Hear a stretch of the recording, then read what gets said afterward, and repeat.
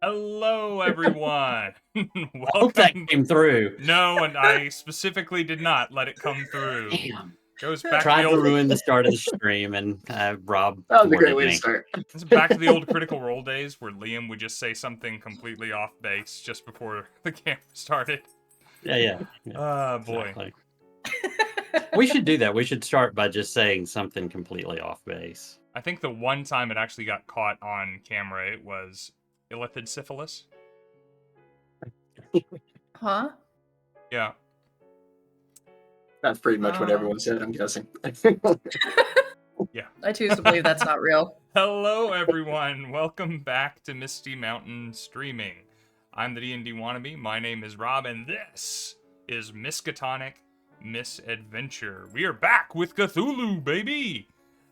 Me and Brad and Travis and Hannah is what I decided your names are now, because that's what it says on my screen, and why would I think of my actual friends and family members' names rather than just read my screen and cheat?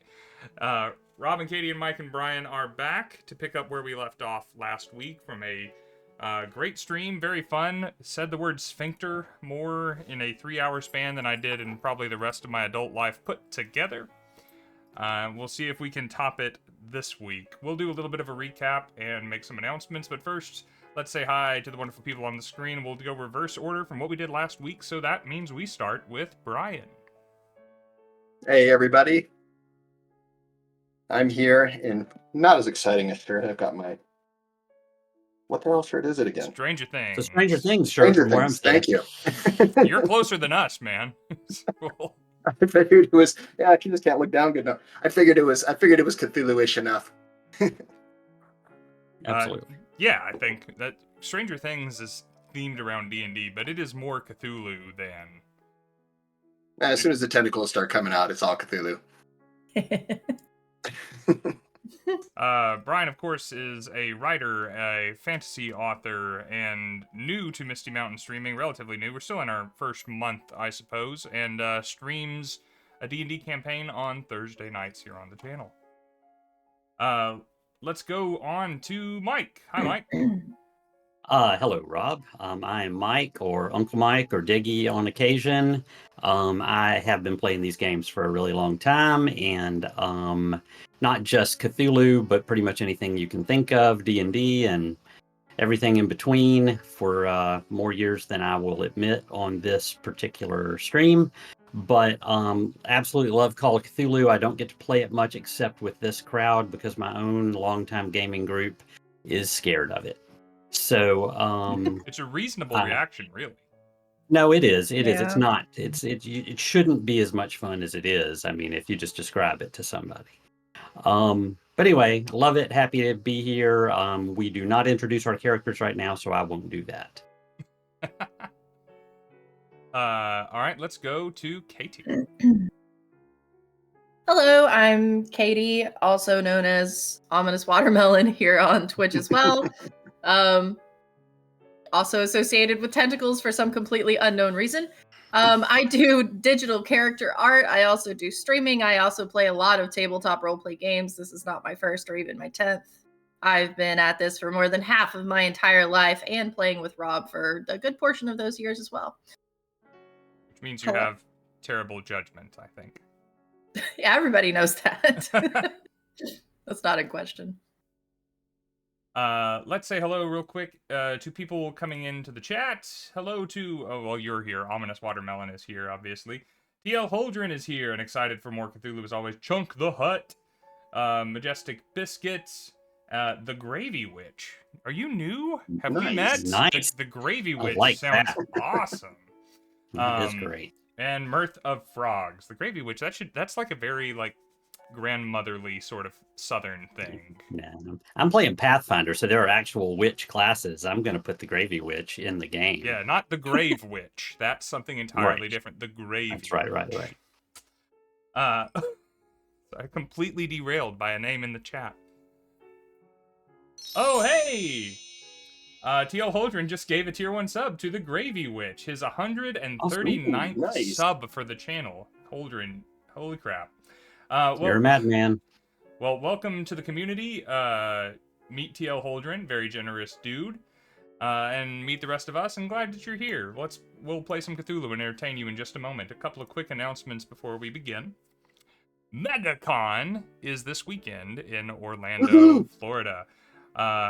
Our stream's own Brian is going to be down there slinging dice for the benefit of anyone who happens to want to go down to that convention this coming weekend. Please come by our booths. They're going to be big. They're going to be hard to miss. They're going to have Brian behind, at least one of them. Come say hi to the man. Another announcement. Oh, and go ahead. Katya on my stream will also be there. Katya's gonna. Yeah, she's gonna be working I'm as not well. going. Man, should have told me before right now. Dang, We love Katya. we do. Other announcements. So we have more streaming coming up through the week. If you like this group, if you like Misty Mountain Gaming, if you like D&D and Cthulhu and miniature painting and video games, Baldur's Gate, we do all of those things on the channel. So you've come to the right place if you stumbled upon us. There's lots to enjoy here, and I certainly hope that you do. This stream in particular, however, it is worth saying, is the only one on the channel that has those two little numbers down below me, because this is the only horror game on the channel. So this is an 18+ stream. This is a horror game. We are all adults. We have agreed on what makes us comfortable and uncomfortable, and we are going to be exploring uncomfortable topics and things that some people may find unpleasant. So we encourage you to view at your own discretion and take your safety seriously. We're not going to take the safety seriously of the Hannah and Travis and Brad. We're going to do terrible things to them as soon as possible. In fact, we just got finished with some of that. Yes, Holdren likes sphincters. I was about to say that he said what everyone was thinking as soon as you gave that trigger warning. Yeah. If anybody goes to the con to see Brian, just walk up and say sphincter to him. Oh yeah, You I'll know where exactly you're where you're Watch going. the trauma response. Or I don't know, Cthulhu juice. You handled that sphincter like a pro, man. I don't know what you're at. I mean, yeah, worried you about. knew your way around that sphincter. I will tell you Hey, that. you know, Who knew Experience we is could the have key. just set it on fire and slid right through? It's a burning... Anyway, That's right, Teal Holdren. It's the That's gift that keeps far on less giving. creepy, dude. if you're watching this on YouTube later and you don't have the benefit of the chat, you should really come watch us live and join into this. Yeah. Hello Yeah, to you might Leo not- Yeager. Also, hello to TL Holdren giving out another tier 1 sub. Their 140th sub on the channel to Majestic Biscuit. Off Nice. to a good start. People like Cthulhu around here. Leo, Hey, last when you week, make and it, this week, next time you make one of those batches of potions, you could label one of them Cthulhu juice. I could. See if that doesn't become a big Right? selling item. And if you don't let me design the label, I will cry on stream. That's tempting. It is. I'm thinking those little spell potions we sell at the Yeah, that's what I'm the talking about. conventions. That's what I'm The talking about. green ones with the Yeah. swirly. Rob is the alchemist who used to craft them anyway. I did make. Oh, nice. Need to be a drink. Last several batches. All right, let's. Oh, thank yous. It's been so long since I've streamed, guys. Thank you, real quick, before we begin, to Wildling011, to Swagger DC, to Kawaii Kitty Chrissy, the Weathered Dragon, Guy MI, and Hearthfire Tavern, who all followed us yesterday. Thank you guys for being here. Thank you for joining the community. We are Misty Mountain Streaming. I just hit my mic. We are Misty Mountain Streaming. We like to tell and experience great stories, and our favorite way to do that is by playing role-playing games like Dungeons & Dragons and Pulp Cthulhu now. So, let's get back into things. Anything else from the players before we begin? Not off the board, no. Okay. Ready to go? Let's do it. Travis Cole, federal agent. Brad Xavier, former prizefighter. Anna Cooper, former different person. All found themselves in an incredibly dangerous and confusing situation mere moments ago. Without having realized that they were traveling here or how they got here by any means, they found themselves inside of something. In the belly of the beast, as it were. Escaping a terrible situation, they found themselves in a hallway that none of them recognized, flanked by doors on either side and seemingly having progressed through solid wall. Bringing with them the unconscious and clinging to life body of a young woman, clad only in what seems to be a men's overcoat. A terrifying silhouette began approaching them from the other end of the hallway, and in a mad scramble, the three of them fled towards the nearest door. Emerging next to a statue of some historical figure, they erupt through the surface of a shallow fountain in the middle of a lush lawn with the beam of an electric torch shining upon them as a voice calls out, "Well, who the hell are you?" Travis, mustering your wits, you recognize a familiar place, although it's been a while since you've seen it this late at night. The light of a large and not quite full moon pierces through the clouds to illuminate the quad of Miskatonic University in Arkham, Massachusetts. The statue behind you of some long-dead fellow, Orne you think his name was, stares impassively above your head, tall though it is, in the direction of a man with the flashlight. Now, you've seen this gentleman before. His name escapes your memory. He's a night watchman, perhaps? Gary? Gorm?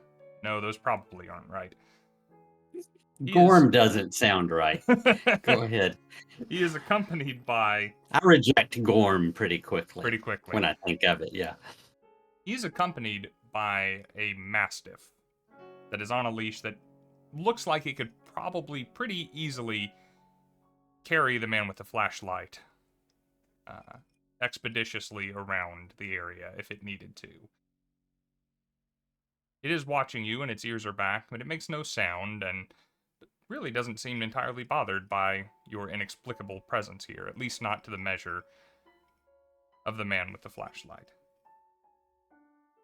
Right behind you, Brad and Hannah are sputtering up from beneath the surface. What do you do? I reflexively reach into my jacket pocket where my badge should be, and I assume it's not there, but I can't help but look for it. I haven't had anything else so far, right? Or no, I didn't have my cane, but I had my cigarettes. Is my badge there? My little there. flip wallet? All right, well, I hold it up, make sure it's in the light. And then I sort of absently brush my cheek because I know I shaved right before I went to the party. And I have no sense of time or how long I was behind the sphincter. So do I have a beard, or am I still clean shaven? You are no longer clean shaven. Huh. Okay. Well, my beard doesn't grow that fast. Anyway, that's just going on in my head as I hold up the open badge wallet and I say, "I'm Travis Cole, federal agent.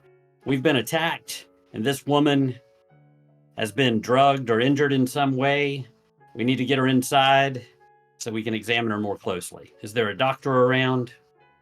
And I just try to exude confidence and persuade him to calm down, control the dog, and take us somewhere with light and,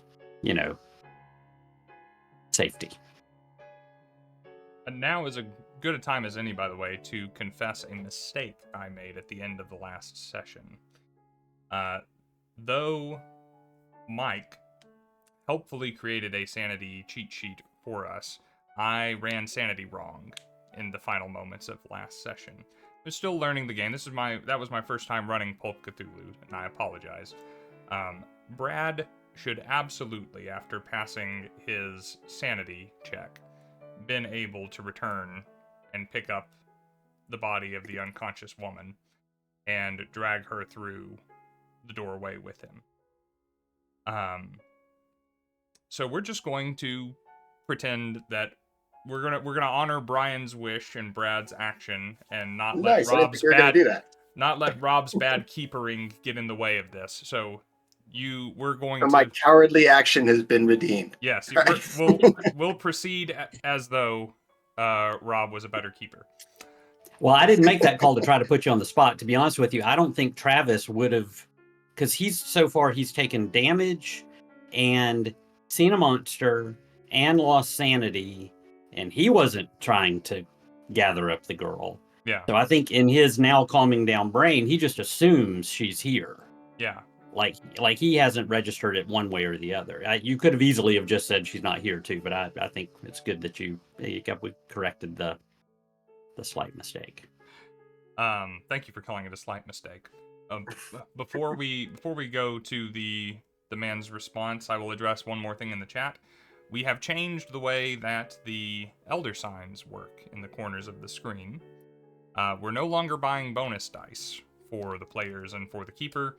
That is too powerful. It is, especially when our adventurers, our investigators, are so much more powerful than they were in Call of Cthulhu, and not when you guys are so generous. I mean, holy crap, they never had to make a roll without a bonus die. So in this instance, we're going to be providing them with luck, which we will roll for in just a minute here, because we're supposed to start every game with a roll for luck. That luck is going to be use it or lose it, one time only, for the check that you are making.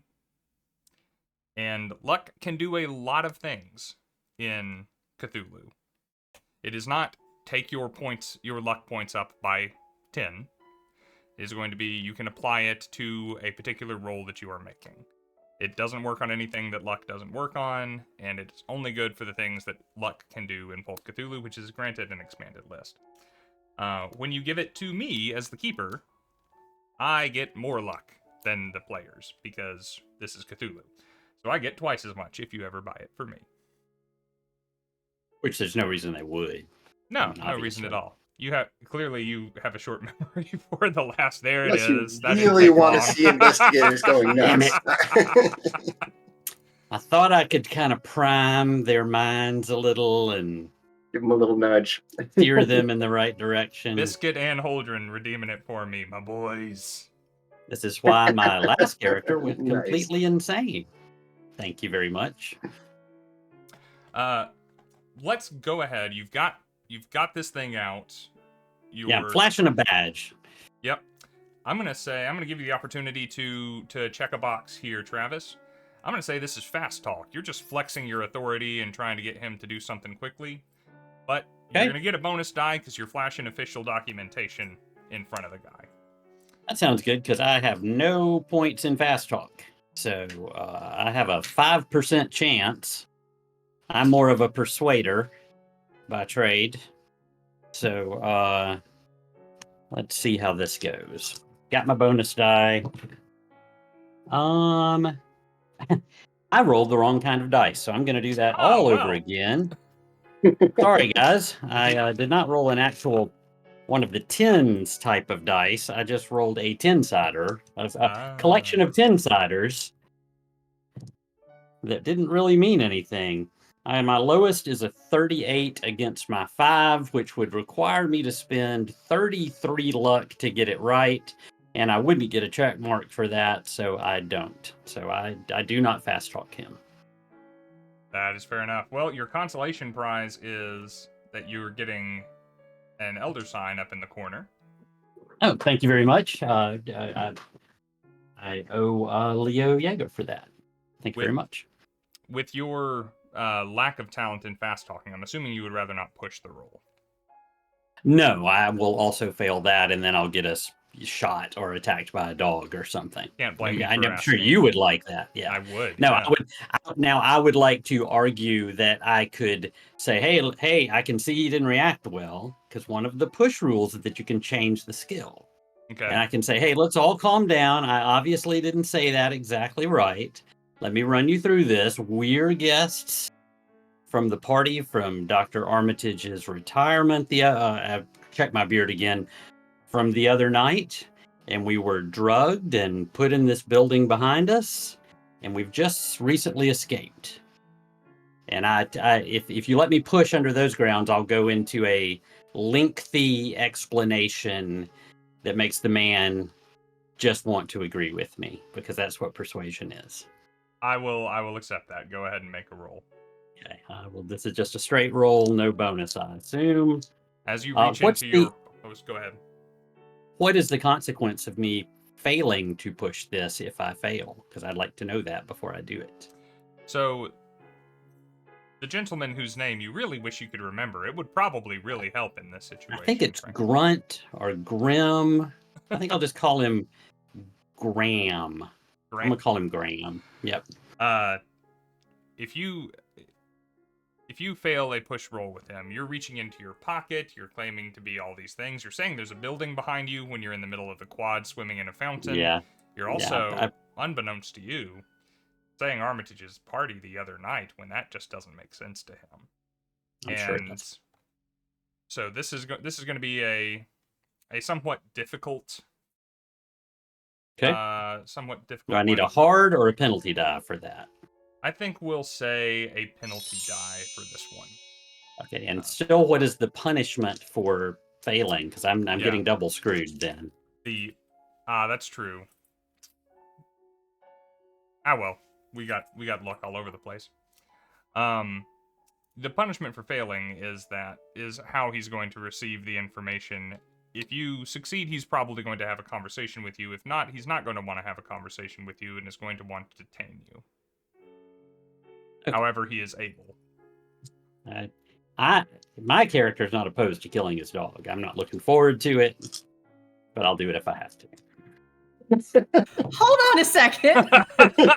Great, but we've been being quiet up until this point. Mike But is perhaps one of the biggest dog lovers in real life. Oh, so yeah. This is role play. I'm talking about my character. I feel like we skipped like 5 steps. I'm also playing a character that's literally a foot taller than I am. I mean, there's nothing about the character that is me.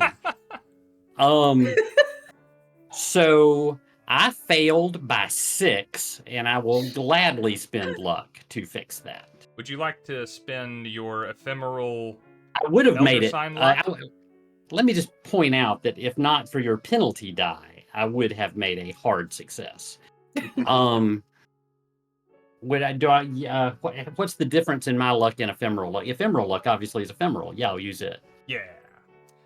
If this luck can't be banked and it can't be added to other things. I understand, but what is the number 10. That it represents? Oh, okay. Sorry, I did pick up on that. Yeah, so that I spend it with 4 more than I need. There we are. So I succeed, I don't get a check mark. We might have to fine-tune this mechanic going forward, but I like it better than bonus dice already.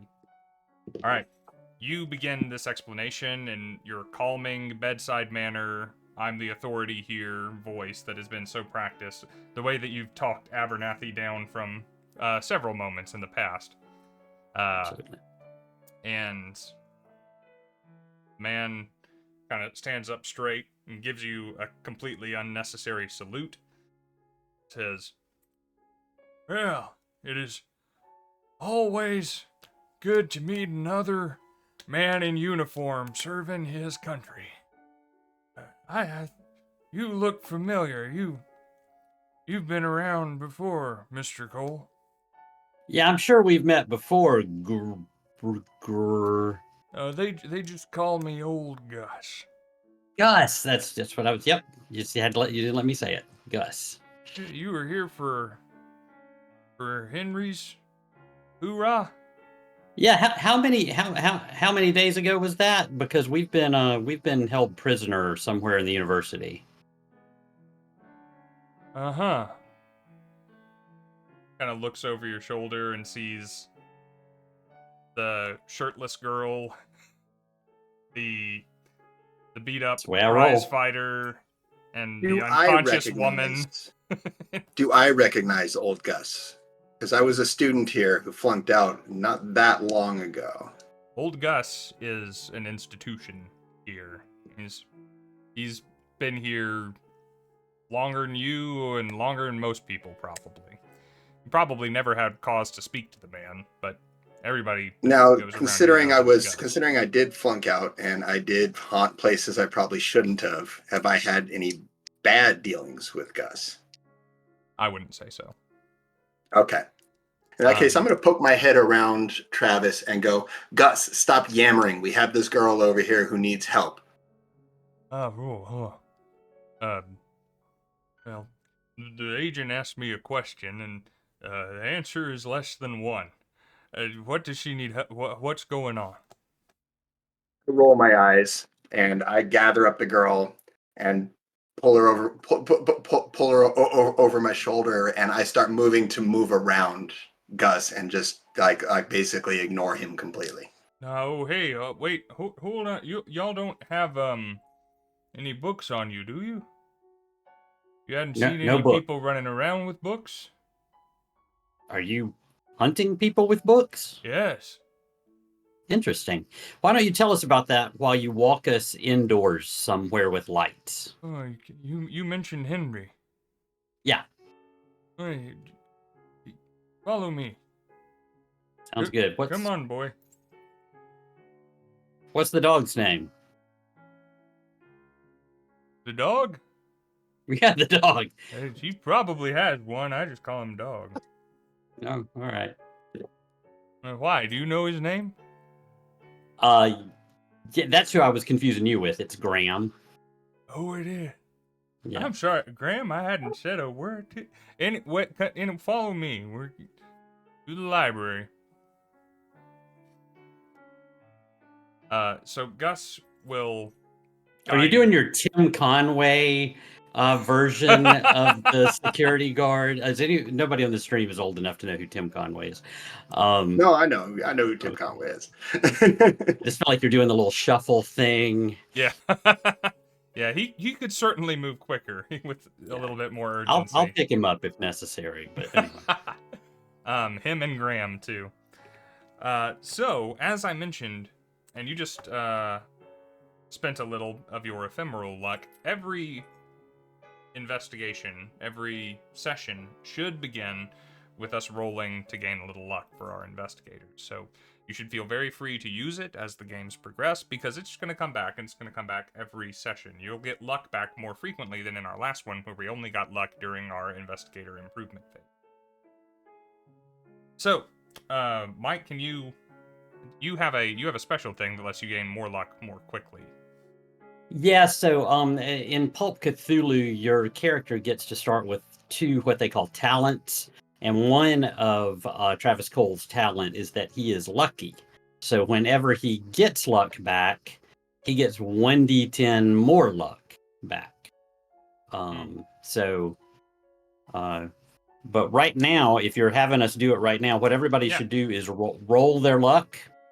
Roll a d100. If you roll lower than your luck, you're going to get a d10 plus 5 more luck. If you roll higher than your luck, you're going to get 2d10 plus 10 more luck. Is that clear? Just roll your luck and I'll tell you what to roll after that. Roll our current luck, right? Yeah, your current luck. I roll below my current luck.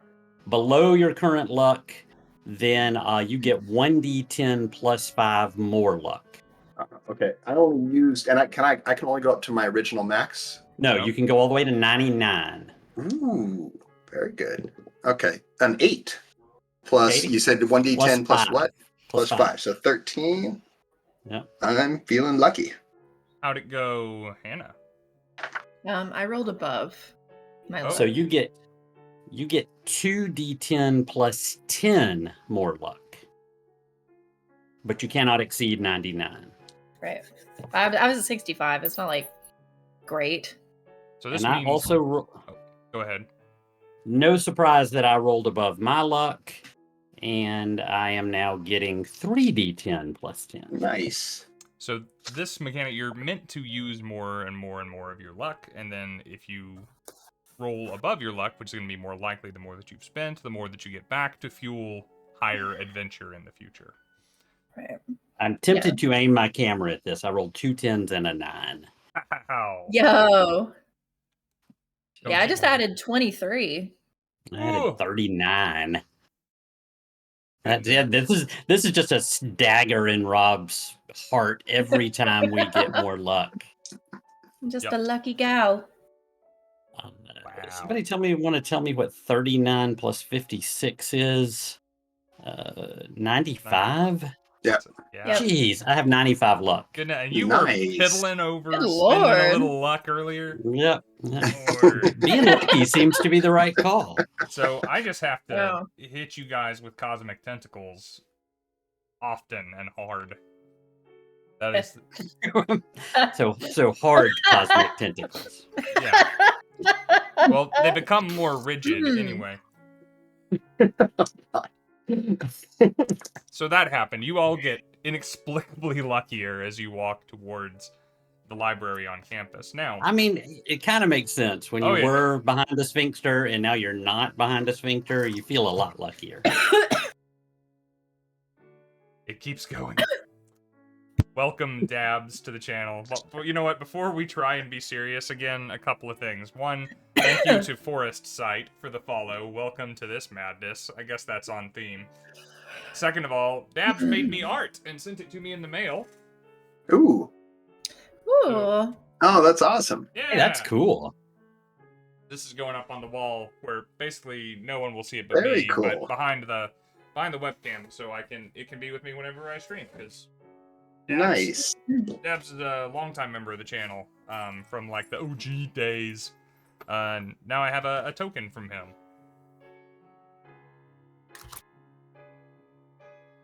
Okay. Hannah, this is perhaps your first visit to the Orne Library. It is certainly not for Travis Cole or even for Brad. The library is perhaps the pride of Miskatonic University. Miskatonic likes to keep itself in the conversation of Harvard and Princeton and Yale and other elite academic institutions, though it is relatively small by comparison, relatively well funded, but the library is second to none in the Eastern Seaboard, or certainly in the Northeast.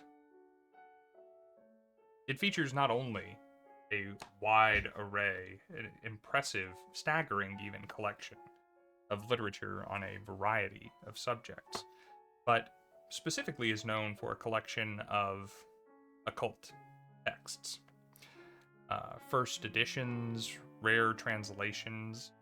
It is a trove of tomes, scrolls, tablets, anything that might be considered literature throughout history. Things wasted upon Brad in his time at the university, for the most part. Things that have only No. No, actually, my occult is like 90%. I haunted these libraries. Oh yeah. That was my whole problem. I didn't go to class. Ah, that's it. I read everything that I could find that had nothing to do with the classes I was actually in. I confused your lack of academic success with a lack of effort.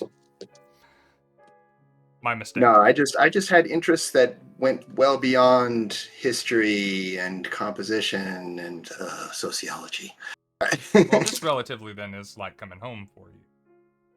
That's actually one of the things I was wondering. As we're wandering through, I might want to pocket a book or two out of old habit. Are you, again, you are in your attire for the party. Do you have deep pockets in this outfit? I've got a coat on. I have an inside pocket. I might, spy a tome that looks interesting and kind of slip it in. Okay. All right. Well, for the time being, you are on the approach. Cool. Hannah, as you're walking up towards this place for the first time, it is the building that Orne is facing, the statue of Orne and the fountain that you are extricating yourself from. There are high marble columns leading up to a large set of heavily decorated mahogany doors with brass metalwork that creak ominously as you open them. For the pride of the institution, maintenance seems to have been let go, or perhaps the faculty here just likes the mood that it sets, one way or the other. As you walk in, and you do not notice that, though the hour is definitely late and there's hardly anyone here, the front door to the library is not locked. In fact, this stands out to you only because you see old Gus take out his key ring out of habit, to try and unlock the door, and then realize or remember that, at least tonight, he doesn't have to. Ahead of you is a semicircular front desk, little green lamp upon it, that is the only light available on this floor. There is an atrium before you, and then a large reading area with many tables, with many half-finished projects and collections of books piled by students, researchers, libraries assistants, clerks. None of these people are here. The entire place seems empty, except for a beam of light from somewhere above, where at least a single light source, maybe a single room with a slightly open door, notes the presence of a life within the building. It is in this direction, with Graham the Mastiff in tow, going straight through the library, that old Gus is taking you, towards a spiraling staircase that leads up to it. Graham has much less trouble with the stairs than Gus does. Or Travis, for that matter. Yes, the handrail is no substitute for your cane, but it is a welcome presence nonetheless. Now, Brad, you are ostensibly in a hurry, and you're carrying a young woman. Are you still going to try and pocket a book? Well, here's my question. I have a talent. One of my talent is quick study, which I have half time to read mythos or other tomes. So as I'm passing the stacks of books that are open to different sections, I have a habit of keeping a corner of my eye out for anything that's interesting. If something jumps out at me, I wouldn't mind grabbing hold of it. Okay. Because of the lack of light in the place, it's going to be awfully hard to try and distinguish the topics of the books outside of just raw familiarity. No worries. If you would like to spy something, I don't know if this is more luck or your ability to spot something. Based on your description, if you're interested in a vote, I would probably say it was a luck roll with a what do you call it? A penalty die? Yeah. I think that's fair enough. I'm not used to penalty dice for luck, but I think that's he's not going looking for something. He's following a path that's being chosen for him. So that's just kind of seeing if something pops out at me. Yeah. Okay. Let's do that then. That sounds like a good suggestion. Let's roll your luck, but throw a penalty die on it. Remind me how the penalty die works again. So you're rolling 2 of your D10 dice, and you're keeping the higher, the less favorable result. Got it. The 10th place dice, yeah, you got to roll 2 of those and take the worst one. My first one was pretty good with a 39. Okay. My second one not as good with a 68. But my luck is 84. Okay. And when you have to do the penalty die, you don't have to re-roll both dice, just the 10s place. You'll always have the same super digits. Okay, so that would be a 63. Well, it is a success nonetheless. So as you are strolling by, you see various books, and you're kind of going by size and shape and what little you can distinguish about the color of the pages in the half light of the room. You see something that sort of strikes your interest. It seems to be that someone is translating something from a different language. and it's actually someone's notebook written in English next to the foreign language text. A significantly older looking and browning book. Do you take the translated or do you take the original? Figuring the original is probably kind of large and bulky. It is. So I'm gonna pocket the notebook if I can. Okay. Are you trying to do so surreptitiously or? Yes. Okay. So is that gonna be a sleight of hand or? Let's do sleight of hand, and you are quite impeded by having someone in your arms as you're doing this, or over a shoulder. Let's see. Don't think it is necessarily hard, but I think you do have a environmental disadvantage. I think that's going to be another penalty die to your sleight of hand. Alrighty. Okay, so the first one makes it. The second one, I am 5 shy with 45, but I am not adverse to spending 5 points of luck so that I can make it. All right. Would you want to spend the luck up here? You have the ephemeral luck that you can't really save. But that's like 10 points, right? It is. You know what? Given how those luck rolls went, I'm going to use my own luck and save that 10 for later. Fair enough. All right. So you slide this student's notebook. You kind of crush it in your hand a little bit to make it fit into a coat pocket. There's a little bit of a crumpling of paper, but no one else seems to notice. This place is very quiet, and even the sound of the dog panting and your footsteps going through this place on creaky floorboards and stairwells masks the sound of what you have done. You'll have to have a closer look at that later. Sounds good.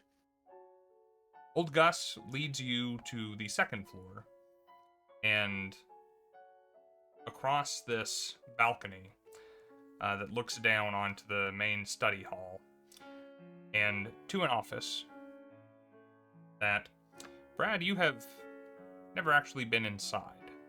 You know exactly what it is. You've seen this office many times. And as long as you can remember, it has belonged to the same individual, Henry Armitage, the man whose party you all got dressed up to attend. The light from within bespeaks the people inside, and people it is. You hear a muted conversation within. It's two male voices are discussing something in quiet but conversational tones. It's in this direction that Gus is leading you, and though the door is ajar, he knocks as he walks up. Hey, Henry, found maybe some friends of yours. I sort of push past him and say, Professor Armitage, Agent Cole, good to see you again, sir. And I extend my hand. So within the office is a relatively small space.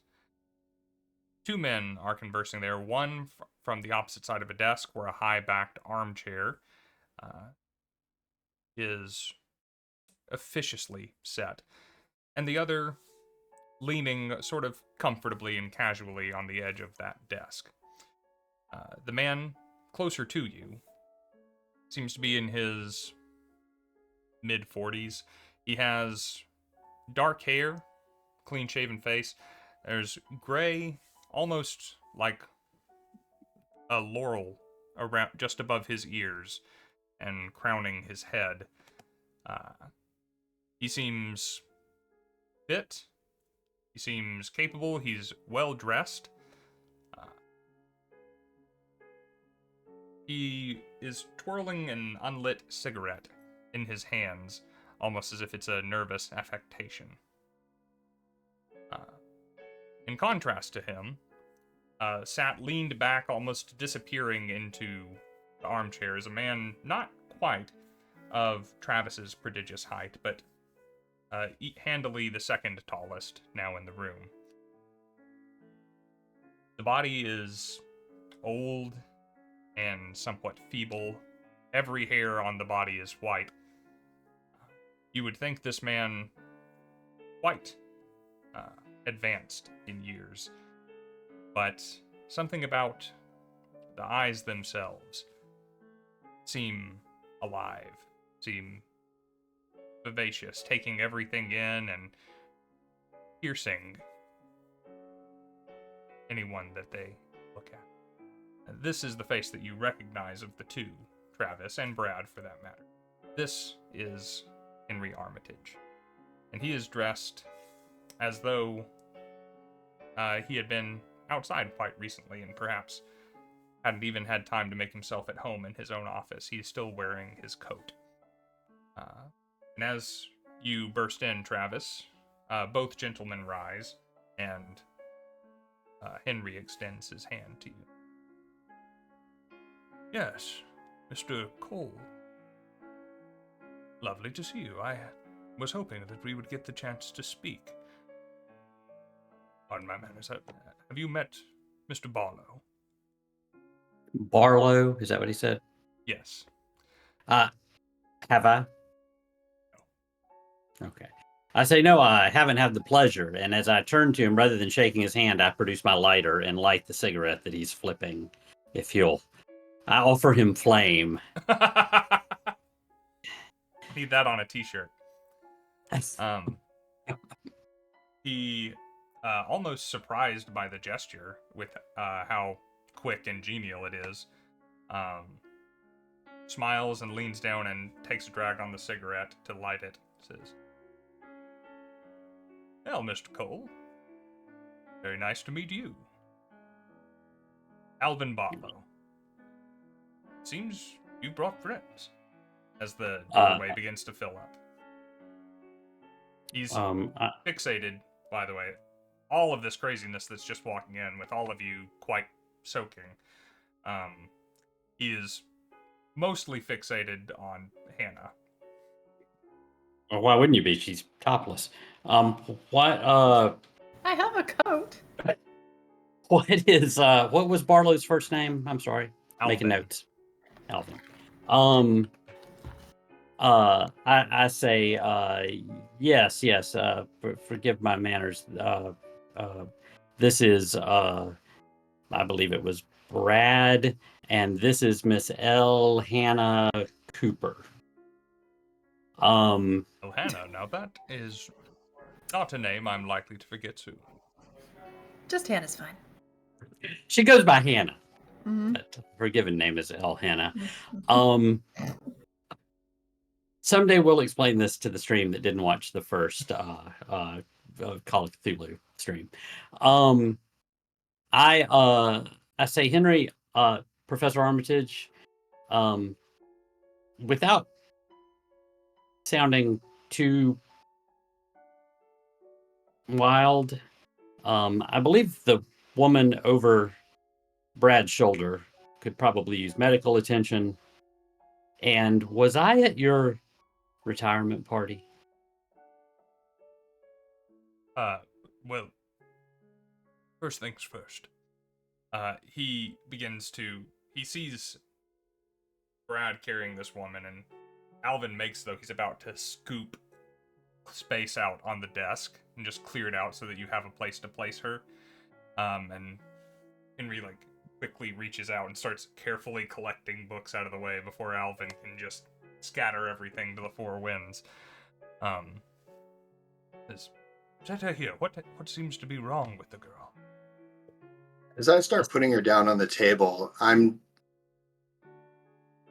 you can tell by my countenance that I'm really not happy with anybody in the room. And I'm going to mutter something under my breath. All the fucking niceties, and this girl's, we don't know what the hell's wrong with this girl. And I lay her on the table. What happened? Where did you find her? He starts opening her eyelids and having a look at her. You don't think that he has any real medical expertise. Well, maybe we have more, but I say, well, I just kind of mumble as I clearly am going to answer him, but somehow before that I mumble, well, since everybody else is smoking, and I get a cigarette out and light my own. And I just absently sort of offer one to Hannah with my case open if she wants it. I figured she did. Oh, yeah. And I'll move it on to Brad too if he needs it, but he doesn't seem very friendly right now. I ignore it. My eyes raise up and I look at the two old men behind the table. And I'm just going to stare at them for a second. And then I'm going to roll my eyes and I'm going to turn away from the table, a little bit disgusted. I say, Henry, If you'd like to help, young man, you're welcome to. So I turn back swiftly. You're going to ask a stupid question like, where the hell have we been?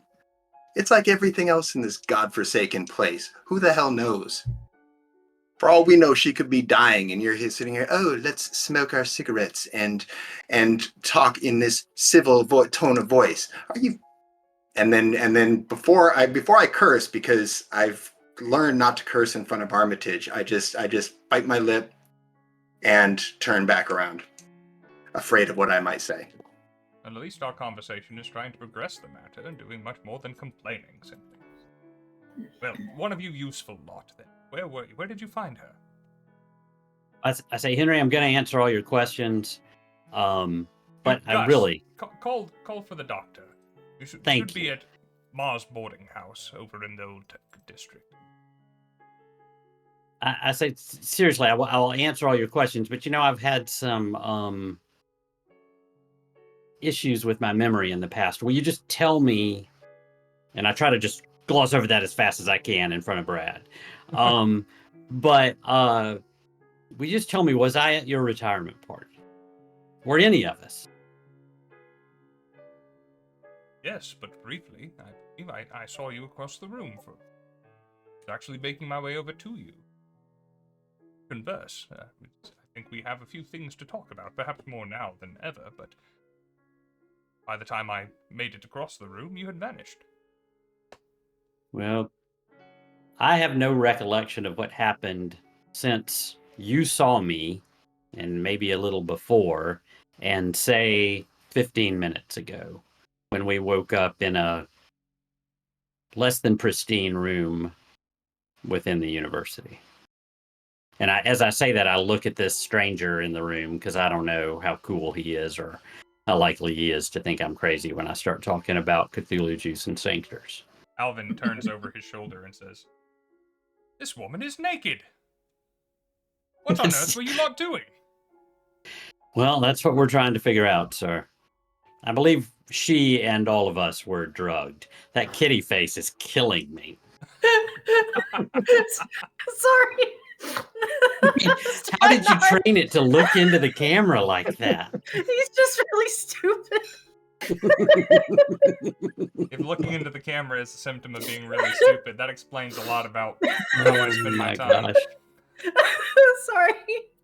That was freaky. Somebody needs to go clip that for one of your shorts out there. That's absolutely the best explanation for that. I could have possibly Yeah, no, I couldn't think of a better answer. Yeah, that makes perfect sense. He's stupid. Armitage kind of confidentially leans towards you, Travis, and says, "For what it's worth, I place great trust, confidence in Mr. Barlow, though he is perhaps not as informed as others." Say, You mutter, the word is horse's ass. Say, Such company you keep these days, Agent Cole. I've kept Armitage this should be company used to for this. the last Armitage 15 should be minutes. used to this from me because I was not exactly the most civil student either when I was here. If he remembers you at all, he has not displayed it. Perhaps a repressed memory.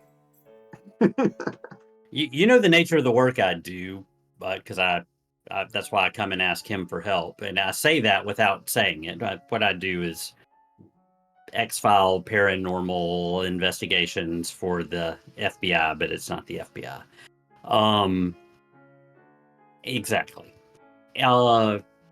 But I say I think my habit for looking into mysteries has caught up with me.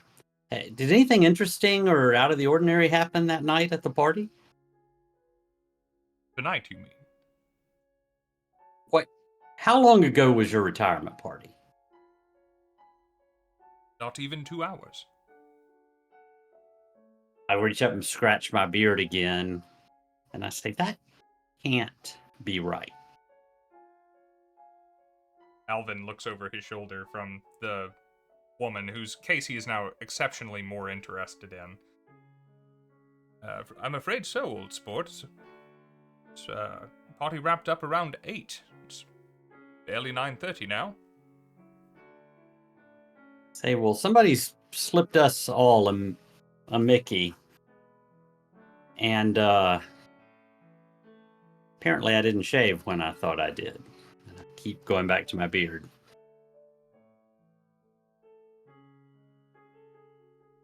Well, I am afraid I can't help with those sorts of details. If anything, actually. Alvin kind of looks up and says, yes, actually, that might be connected in some way. Tell me, you have no recollection, then, of anything else happening this evening? Anyone or anything out of the ordinary? Oh, yeah, I have recollection of a lot of things out of the ordinary, but right now my theory is that they're drug-induced. And yourself, Anna, was it? Anyone unusual? Anyone speak to you in a way that seemed unusual or uncomfortable? So as a player, I meant to ask this before. Like, do we even remember going to the party itself? I was curious about that too. You know, like where do my memories where is the beginning of the gap before waking up in that room? Yeah. It's probably different for each one of you, but it all gets hazy after you were preparing to go to the party. As a little time has departed, you can remember a face or maybe a strain of music that might have been playing at the party, maybe maybe like one of the trays passing by with little hors d'oeuvres or mini quiches in it or something. Mm-hmm. Just little snippets, flashes. Like it doesn't sound wrong that you were there. You just don't remember going or being or leaving or details. Okay. Which would make sense to me even if it's not Cthulhu related, although it obviously is. There are some drugs that would cause memory loss anyways. I'm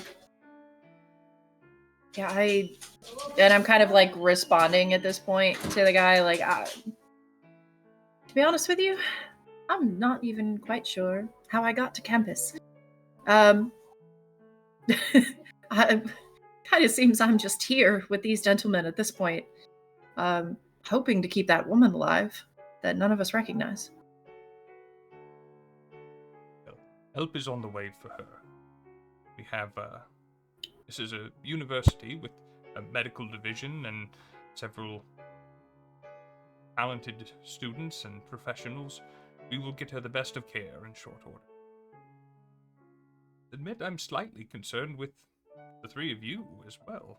Missing memories, claiming to be drugged, and not the sort of fun we had in mind for my retirement. Yeah, it's a different kind of party than I expected for you, Henry. My eyes are going to get really wide for a second, and something's going to click into place. Which, given all the strain and the situation, hadn't quite come into place yet. And I'm going to spin around and look at Travis. You're Travis Cole. Agent Travis Cole. I am. And then I'm going to step over with a completely different expression. I'm going to grab your hand and shake it vigorously. You're why I came here.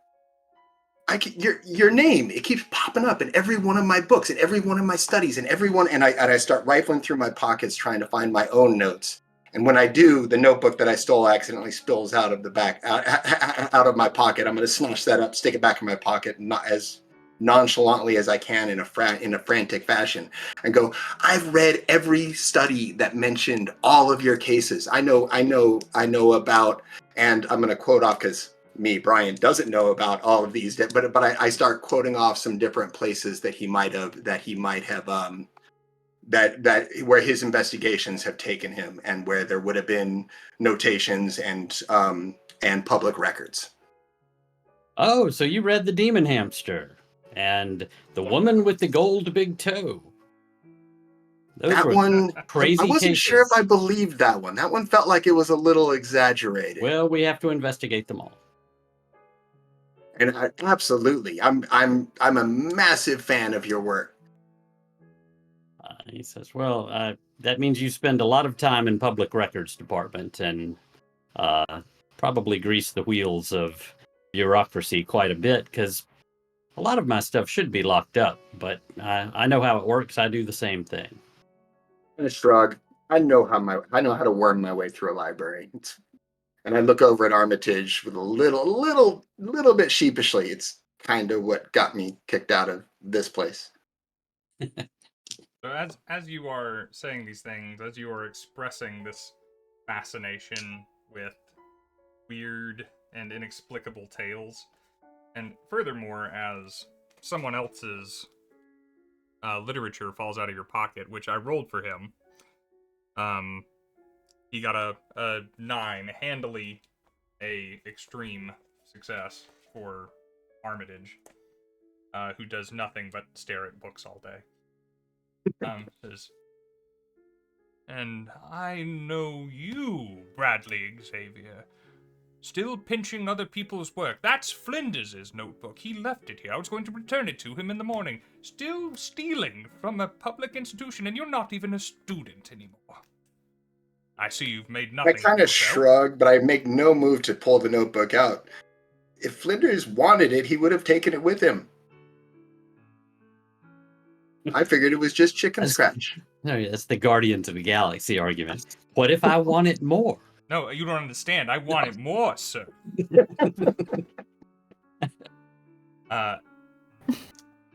Armitage. This is not the Armitage you remember. For whatever reason, he seems to let that slide. You wonder if Flinders is the new Brad Xavier, and he doesn't mind if anything bad happens to him. Yeah, glad to see that you are acquainted, at the very least. And I smile in a way that I've been used to smiling, where I accentuate the massive scar over the side of my over the side of my eye, and my mashed mess of a nose that used to be straight. Agent Kolar, I believe that we are both trepidatious about discussing certain matters in present company. That's true. Is this an official matter? Absolutely not. This is at this point personal. I have not even begun a report. Well, let's keep it personal then. An item of mine was stolen. I look at Brad. You also notice that Henry is kind of looking at Brad. I look around in a little bit exaggerated mock innocence. It seems as though my festivities made excuse for someone to purloin something from the library. I'm sure the Necronomicon needs no introduction. However, has no harm in this being known, the book that we keep here in the library is an affectation. It is quite illegitimate. Meant to excite the public, to activate the alumni and the donors of the university, and to draw general public interest. But we have a legitimate article, and perhaps it's good that you are here, because very few people knew that we had such a copy. And yet, it is what has been stolen. And as he is saying this, Barlow pipes up and says, I'm telling you, you should be looking into the O'Malleys. I swear I saw one of them sniffing around, back coming through where the food was coming in and out for the party. You can never trust them. Irish. Oh, well. And say no more. He takes a punctuation drag on his cigarette as he says it. He has said things that, like, 3 things that I want to comment on. So I say, first off, so do I need like a mythos roll or something to potentially put together that what happened to us could be the result of somebody getting their hands on something like the Necronomicon? Or is that... Ask me that again. I want to know if it is Mike has put together that someone running around with the real Necronomicon could result in us being put in a sphincter room. But I don't want to say that Travis can put that together if you think there's a skill roll involved.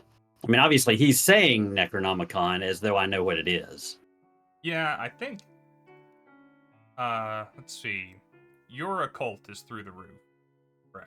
Mine is not. No, my Cthulhu Mythos is very good. It was one of the things Brad's I wanted is up to ask. there. If I was Crazy. aware of this bogus copy of the Necronomicon, and was it something that I wasn't able to access when I was here? Because that would have been basically as soon as he mentioned that it was a fake, I would have responded to that. So what we will do is, let's have a mythos roll from both or either of the returning investigators, and an occult roll from Brad.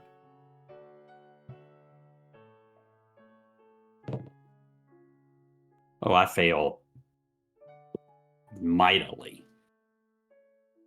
I have a hard success. I failed with gusto. Yes.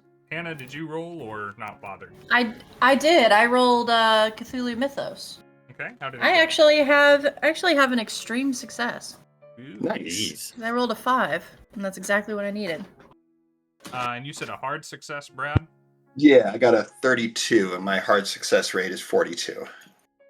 So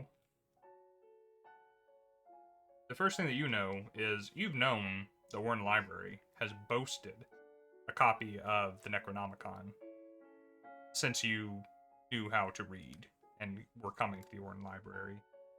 The copy is displayed on special occasions and for certain events. It's put under a glass case. It's not really accessible to the general public, but when does that stop you?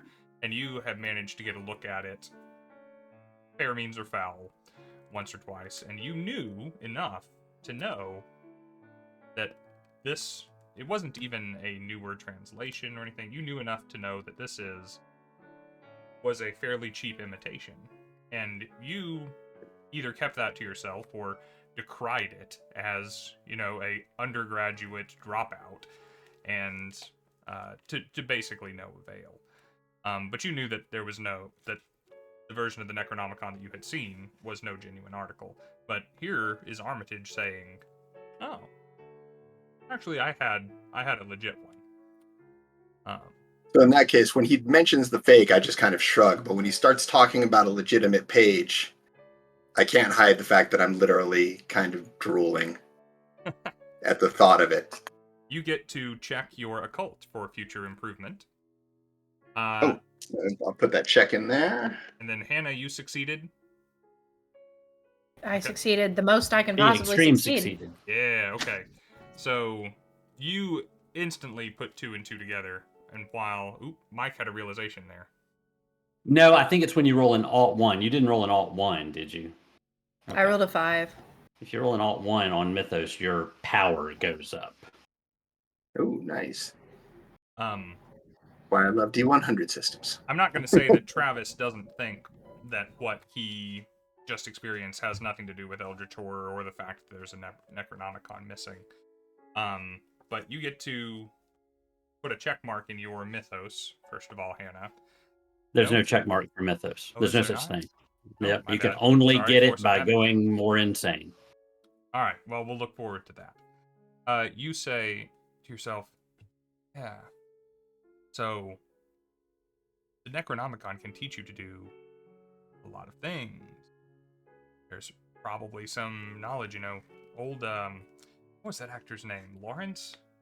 He had some eldritch encounter, and he all of a sudden could, like, melt people. Imagine what someone could do if they had a genuine copy of the Necronomicon, if they knew what they were doing. And imagine what would happen if they didn't know what they were doing. And you start to I wonder. snap my fingers and say, I knew it! I knew it! Go ahead.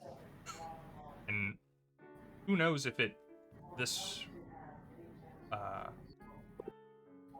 with this kind of a mythos thing, you assume that if someone knew that Armitage had a secret copy of some book, that it was probably someone in the know, someone intentionally looking for such a book, and probably someone who knows how to use such a book should they acquire it. Right. Hmm. I'm gonna kind of look at the professor. I've been quiet over to the side, maybe chatting with the other guy that was in here. Smoking a cigarette, finishing the last of my obviously finishing the last of my whiskey. Gus is like, he had to go make a phone call. Here's the dog. He take the leash and just walks away to find a phone. Just left me the dog. Yeah. Okay, that's fine. I'll just kind of look up and just out of nowhere. Sorry, Professor Armitage, Henry. Now, being in possession of this book, I'm sure you've at least attempted to read it, if not memorized it cover to cover.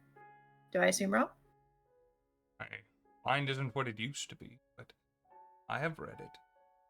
I consider it something of a duty. Read books once they've been written.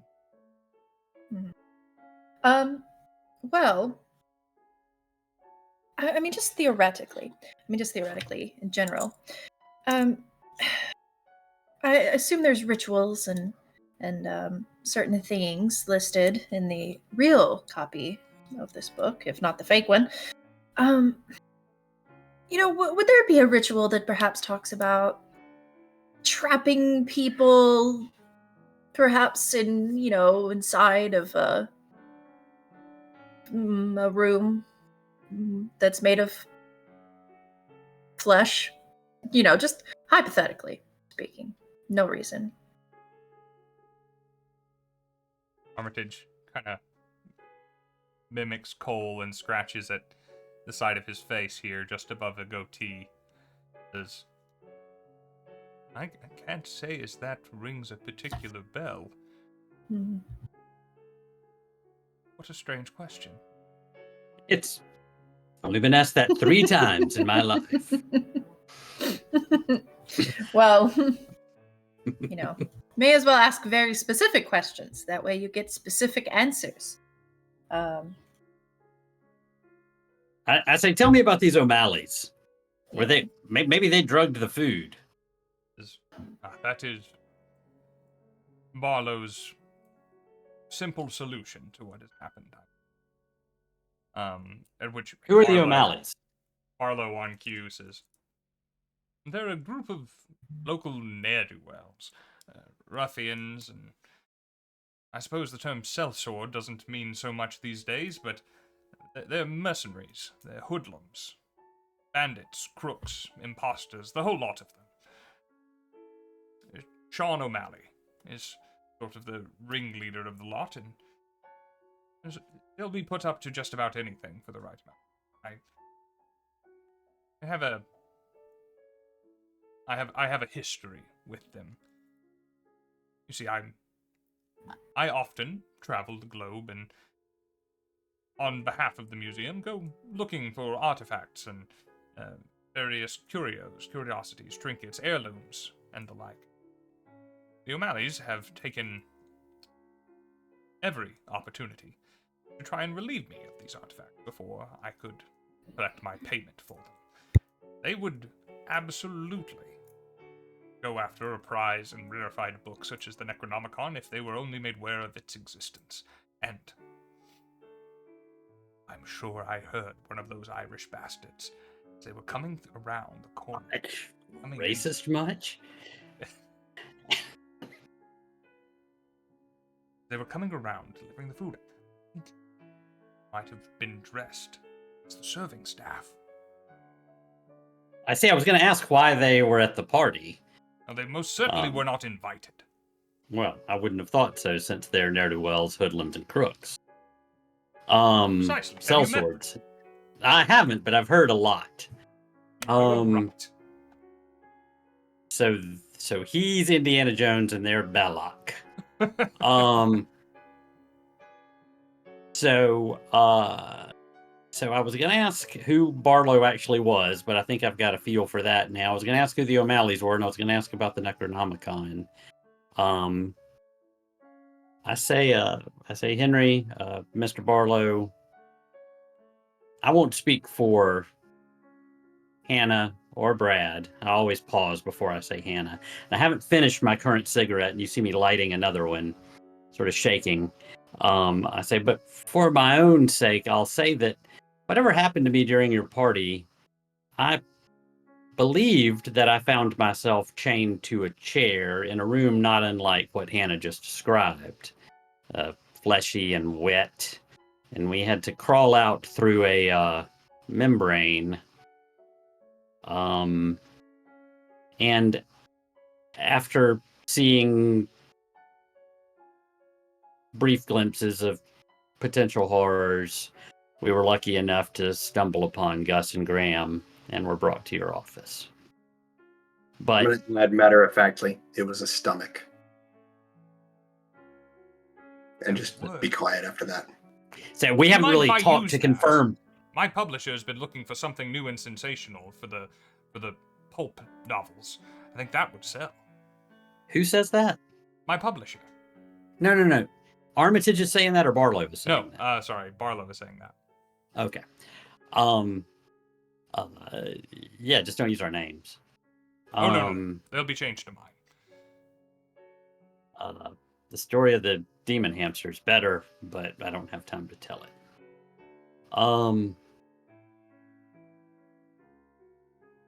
After he says that, what's the guy's name again? Alvin Barlow. Barlow. After he says that, I'm just going to stare at him intently. Right. He seems to be accustomed to the stares of others, and he doesn't Immune seem to noticed. them. Are you looking for anything in particular as you're sizing him up? I'm just looking angry because I feel like he's making fun of me, and I'm not really appreciating it. Why don't you make a psychology roll? That's our insight in this game. Yeah, that's sense motive insight. Ooh, and I did spend some points there.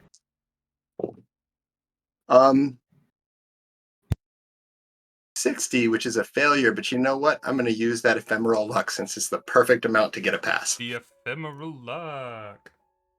Let's take that away. You don't get to check it when you use luck, but you did succeed. So, your impression is, first of all, he seems genuinely interested and in monetizing and stealing Travis Cole's story for his own. But more than that, you begin to think that Alvin is performing for you a little bit. He seems pretty comfortable with the notions that you are laying out there, in spite of seeming surprised and distracted.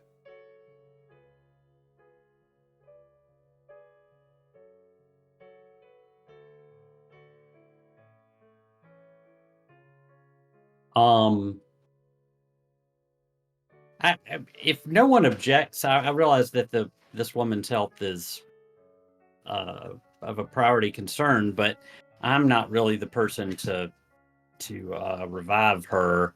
I wonder if anyone would mind if I return to the venue of the party and looked around. Not in the slightest. By the way, I was hoping that I would see you again.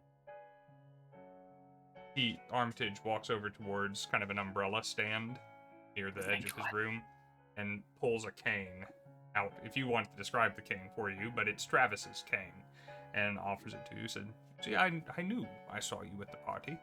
Couldn't imagine you leaving this behind." I thank him. I say, this is partially, if not entirely, why I wanted to return to the venue, is because I was looking for it. For anyone who didn't watch the last stream, or even if you did, Travis was the bodyguard, chauffeur, chess partner, confidant, and butler, sort of an Alfred Pennyworth for this very rich guy who I was playing before, who kind of went insane and dove headfirst into the mythos. And this was a gift from him. So it is far more ornate than anything he would have ever bought for himself, but it's fancy wood and it's silver handled with an eagle at the top. And it means a lot to him. So he is very happy to get it back. It also, unbeknownst to probably anyone in this room, has a sword inside of it. So That takes me back. I say, yeah, you remember this, Hannah? Quit using my government name in front of people, Sorry. Travis. Sorry, Leave a lady some secrets. I'll just stare at him. I said, well, I'd still like to go, though I must admit that looking for my cane was part of why I wanted to go. And it seems like I can take advantage of my full movement speed now. And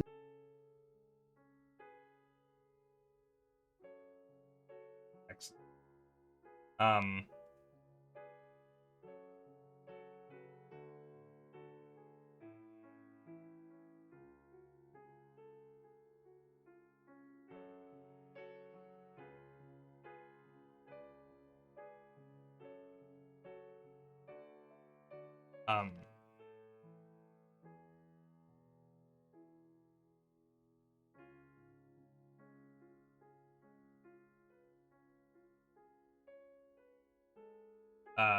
With very little hesitation,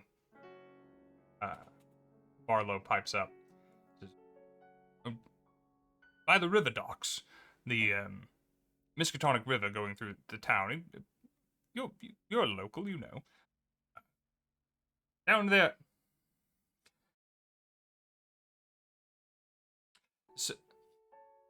So there's always kind of been this shady part of the docks. It's down where a couple of bridges are quite close together, and there's sort of this stone dock work beneath them where boats can be pulled up and make deliveries and not really interfere with the traffic up on the streets. And there's just kind of an understanding that, once it gets past dinner time, you don't go over there. And once if you do, you should be prepared to come home without a wallet, or maybe plus a few extra bruises, or with some kind of a favor that you owe somebody that you really wish you didn't. Now, the O'Malley's in particular, that's not a name you, like, at the tip of your tongue. They're not an established crime unit, with a lot of history here in Arkham. And you've touched on the nice, if there is a nice face of prize fighting, you've touched on the not so nice face of prize fighting. And again, the O'Malleys just aren't really figured into this. You're wondering if they're new, or maybe they're small potatoes, or if Barlow just has some particular real hatred for these people. What the story there might be. Excuse me. But as you guys are talking about where to go, or where you might want to be and whatnot, Gus returns, and he has a couple with him. Man and a woman, similarly aged, about Travis's age, as a matter of fact. And they bustle in, and kind of take stock of the space and have a quick word with Armitage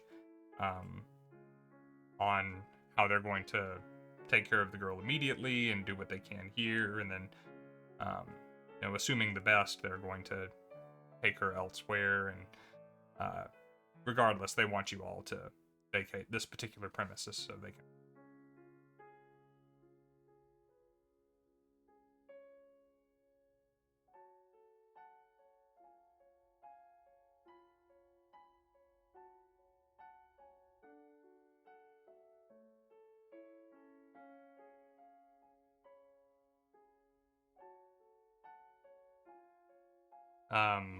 No one seems to have a problem with that. You ostensibly, at least being one of her rescuers.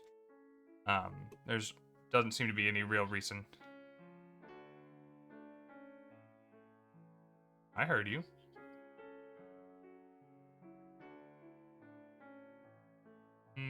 Oh. Oh, now it's saying I'm muted as well. Yeah, okay. I guess I hit some hotkey for muting the desktop Mute audio. all. How long has that been going on? He says we're back. We're back. Are we still back? Sorry, I guess as I was fiddling with the book, I pressed some kind of a mute button on the desktop. Apologies to anyone watching this anywhere. What has occurred is the doctors have arrived in plain clothes and in a bathrobe and slippers, and they have their medical bag and are ushering everyone out of the room so they can take care of the unconscious woman, who still has not woken.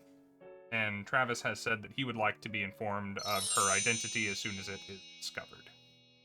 And to Hannah and Brad, when I have a moment to kind of put my head between theirs, I say, look, the reason I'm doing that is not just to be thorough, but I mean, the entire party wasn't moved into the flesh room.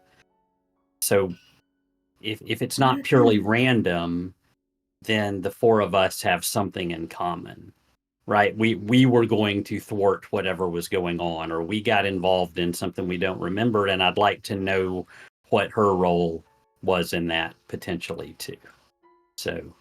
So far tonight, we know that a total of 5 things have been absconded with. A book and 4 people. So we should include the book in the list of things we might have in common. For what reason? I don't know. I know I have a strong interest in this sort of thing, and so does Travis, but I'm not sure how you fit into this, Hannah. Well, first of all, no one's asked. Second of all, I haven't offered up that information. I have my reasons to be interested. That will have to be enough. I just look at him and say, she's good people. And if she doesn't want to tell her story, I can't tell it. And I don't know it all, but I know some of it. She's good people. If you're going to turn on me now, I'm going to regret giving you whiskey. That makes me smile a little bit, and I shrug. Fair enough. Speaking of, and I reach down behind my belt, like under my coat, and I pull out another flask. Hannah had one, and I have one. Secret flask. And I hand it to Hannah first, but I say, don't drink it all. I will take a respectful swig. Good quality. You guys want to swing through the venue and then clean up a little and discuss maybe going to visit the docks? I would definitely like to take a look at it before the night is over. Certainly. I mean, this is what I do. Armitage, as you were walking down, and I'm assuming you we vacate when asked, yeah. Are heading out. Armitage kind of takes you by the arm, Travis, shortly after you pass the whiskey away. And he says in a confidential manner, though not so quietly that the other two of you can't hear, says, I would very much appreciate your help in this matter, Travis. May I call you Travis? You may. Agent Travis, but yeah, Travis is fine. Well, you You see, the great secret of this book, of our possessing it, really something I'd rather not reach the public eye. To that end, I hesitate to call police. Telling old Gus was really as far as I'd gone. I was actually in the middle of discussing next steps with Mr. Barlow when all arrived. If you could look into the matter for me. Well, we've often owed one another favors. I believe it would quite handily be your turn. I say I can keep this off the books as long as it needs to be, Henry. He says, I'm honestly not sure that anybody other than Brad reads my reports anyway, if I'm being candid. But there's plenty of reasons that I can be following up on a dozen open cases without exposing the details of your recent theft. I would appreciate it. The return of that book is... Well, it's not only of personal interest, but you well know it may be a matter of safety. I have some inkling of that, though my companions may understand it better. I know it by name and reputation. And he kind of looks over the shoulder and, as though sort of remembering that they were there, and that he should have spoken more quietly. Well, I certainly don't want to keep you from investigations. I'm at your disposal if you have any questions or need any assistance or direction. Do you have any better ideas than the O'Malleys as posited by Barlow?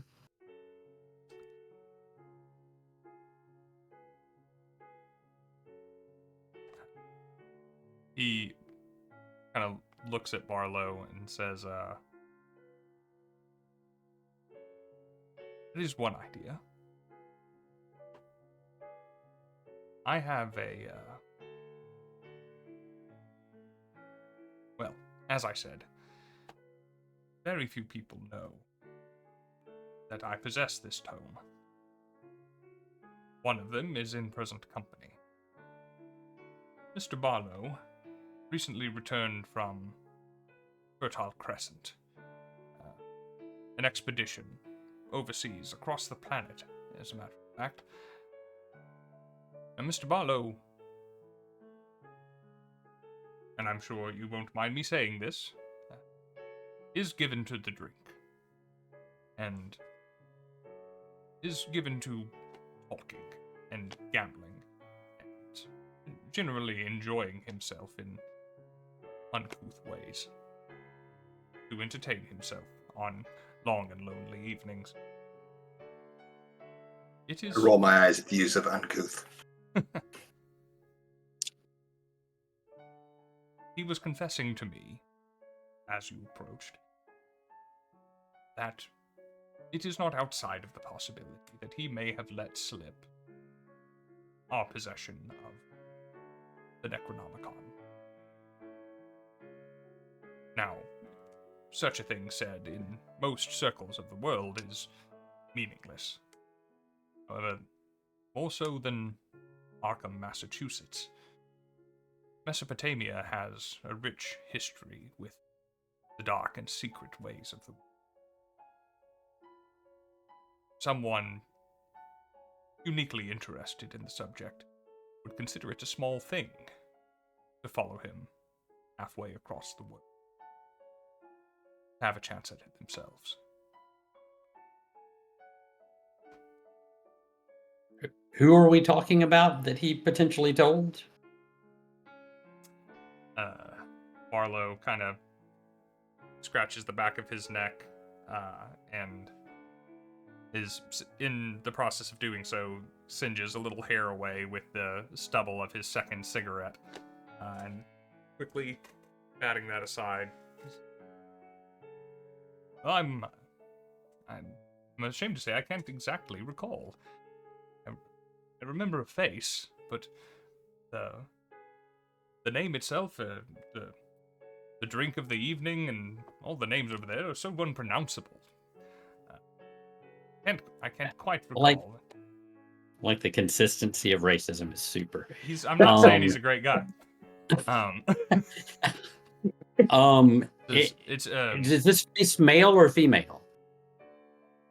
Male. Okay, that's a good start. Large, dark beard, black thing wrapped around his head, dark eyes, beady. Of course. I could have told you that. I'm sure he doesn't stand out much on his half of the world, but over here he must stick out like a sore thumb if it was him. He was very interested in the whole affair. He started buying drinks for the table, and for me especially, anything that I wanted as soon as I began discussing Armitage's collection. That's great.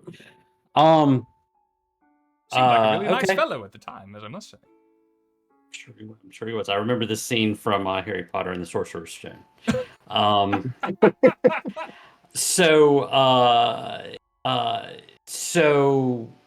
I say, you know what, guys? If nobody cares, where did you keep the book in question? From now on, let's just call it the book. All of us. Let's just call it the book. Where did you keep the book? In the my secret office, book, as a matter of fact. There is the library was built years ago with a mind to house the collection of Jeremiah Orne. Even at the time, the rarity and value of some of those books was not lost upon the architects. But there is a room adjacent to me. Office suite. Inaccessible to anyone who doesn't know where it is. Who knows where it is? Eyeballs Alvin. Oh, never mind. Well, I got the bloody things. Well, I've gotten so many of things that belong in that room for you that of course I should know where it is. I wouldn't sleep at night if I didn't know. I look at the other two and say, you guys jump in, but would you mind taking me to the secret room? They kind of look. You want me to look for the book? Well, perhaps we should wait a moment while they administer the care to the young woman, and perhaps after we've had a 5 to 10 minute short break, then we can return. And I think that's excellent. Have a look into that room.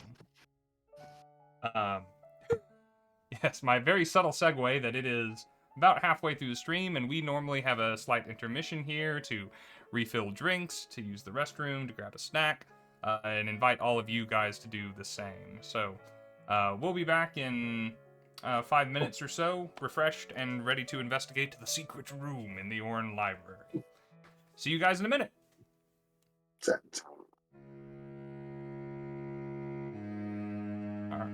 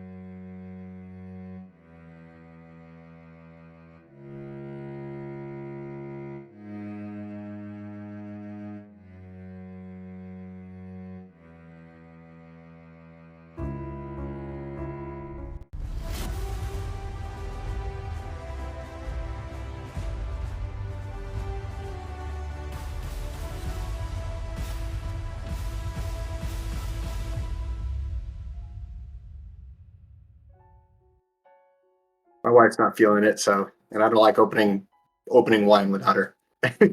That's nice. Hello and welcome back, everyone. So, to pick up where we were leaving off, you guys kind of spend a little time here in the library. You browse around and thumb through some books. You maybe speak to Barlow and Armitage a little more. Unfortunately, Barlow is, as you so accurately pointed out, kind of racist, and further questions to narrow down the potential identity of someone of a different ethnicity that he met on a drunken night is proving quite fruitless. But in present order, some orderlies arrive and rush upstairs. The still unconscious form of the girl is rushed away to receive better care elsewhere. Y'all, pardon me a second.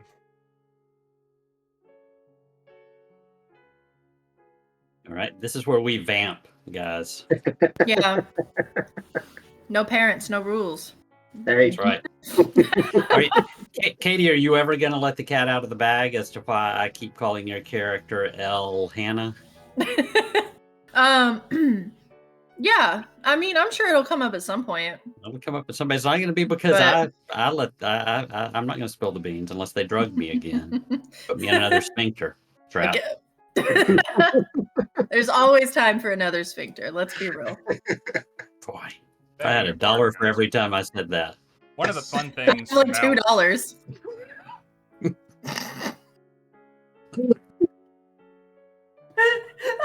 but it's weird that it happened Sorry. twice. One of the fun things about streaming from the warehouse with earbuds in is I hear things in a building that should be very much empty. But there's a bar across the street. There are other warehouses and buildings. People drive across the parking lot, slam doors, and the walls of the warehouse are actually relatively thin. So I feel like someone is quite with me when actually there is not. So I was thinking there was a sound, you disappeared. That was setting up a very Yeah, that was Cthulhu awesome. moment. wasn't it? And you though? should have just Yeah. had the tentacles The come lights were across doing the weird. screen. It's pretty immersive for me to be in a situation that, by all accounts, could be quite uncomfortable while running Call of Cthulhu. You ought to try running from the bar across the street sometime. That would probably be a whole different vibe. Yeah. What little I know about the bar across the street tells me that it's not a conducive environment for streaming. Where the O'Malley's hang out. That is an apt Description. This has nothing to do with Cthulhu.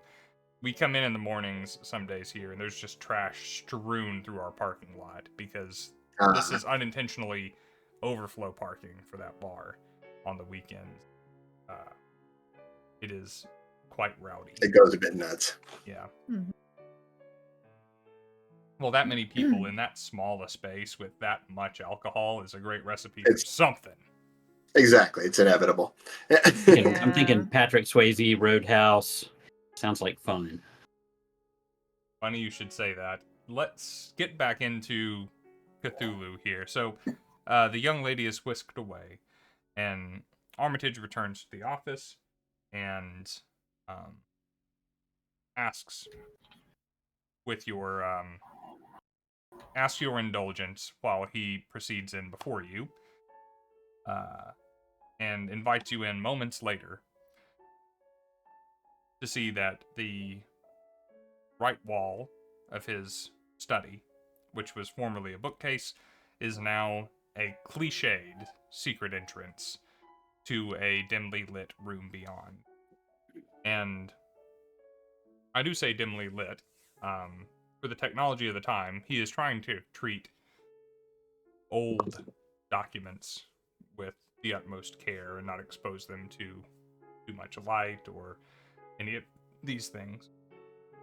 Within, you see several. We've all played Skyrim, right? We got those little waist-high tables with a glass top where usually one or maybe two items is displayed under glass. The room is lined with these, and within them, texts and artifacts, strange things and curious shapes made of curious materials. It's kind of littered about the room. It's difficult to tell what any particular one of them's significance might be without closer examination. However, you notice as well, there's nowhere to make yourself comfortable in here. There's nowhere to sit or study, or no way to comfortably spend time. The most there is a wooden stool, which is knocked aside, and one of these glass displays has been shattered. I didn't make it in time, and I didn't want to interrupt what you were saying, but I wanted to stop him before he even opened the thing. To just have him tell me how to open it. But he's got it open now. Oh yeah, he intentionally wanted to open it without an audience. Without without the opportunity to fly an airplane or drive a car, my character's best thing is spotting clues. So my goal here is to nobody go inside. I just want to look and ignore everything that I think is supposed to be here and see if I can find something that's not supposed to be here. Okay. Sounds good for me. Alrighty. So go ahead and make a roll. I don't think this is any special kind of difficult. So I think all we really need is a normal success. All right. Well, I made a hard success on my spot hidden. Hard success. And it doesn't mean that there's something here to find. It just means I look very closely. So you are looking around and you see these different elements, the different tables, the shattered glass, the empty velvet display case. And other than the broken area, the break-in, as it were, inside of the sealed room, nothing looks especially out of place. However, with the keen eyes of Travis Cole, you notice a couple of things. Specifically, well, more than a couple, really. Amidst the transparent bits of shattered, clear glass, there are pieces of tinted glass, specifically blue-tinted glass, mixed amongst them. Comparatively much less and much smaller pieces. Let's see. With a hard success, we'll give you a little bit more as you notice these and look at them and their placement and whatnot. They're almost arranged in circular shapes. Your assessment with your success is that these seem to be shattered fragments of lenses, as for glasses, or something similar. So 2 circular blue tinted shapes. Mm-hmm. So would represent the glasses. I got it. And they're actually in the case that is broken? They are mixed amongst the shattered glass that has kind of covered the area, but they are on the floor in front of the case. Gotcha. Well, I mentioned to everyone present that it looks like whoever came in here broke their glasses. You didn't break your glasses in here, did you, Armitage? Armitage, almost with some measure of unearned pride, is, this body may be old and infirm, but I do not require any glasses. So would there be... We all know I kind of go off the rails sometimes, but I look specifically at Brad and at Hannah and say, would there be any reason that you would need special glasses to find what you were looking for? With a blue tint? Can I make any kind of occult roll to possibly have that ring a bell?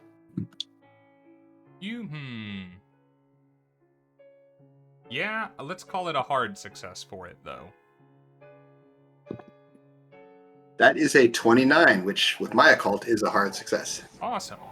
So, and you're not necessarily qualified to say that this is what these were, even if they were put together. Right. But I'm just speculating. speculating. That's almost a play on words. See, I give him D10 luck for that.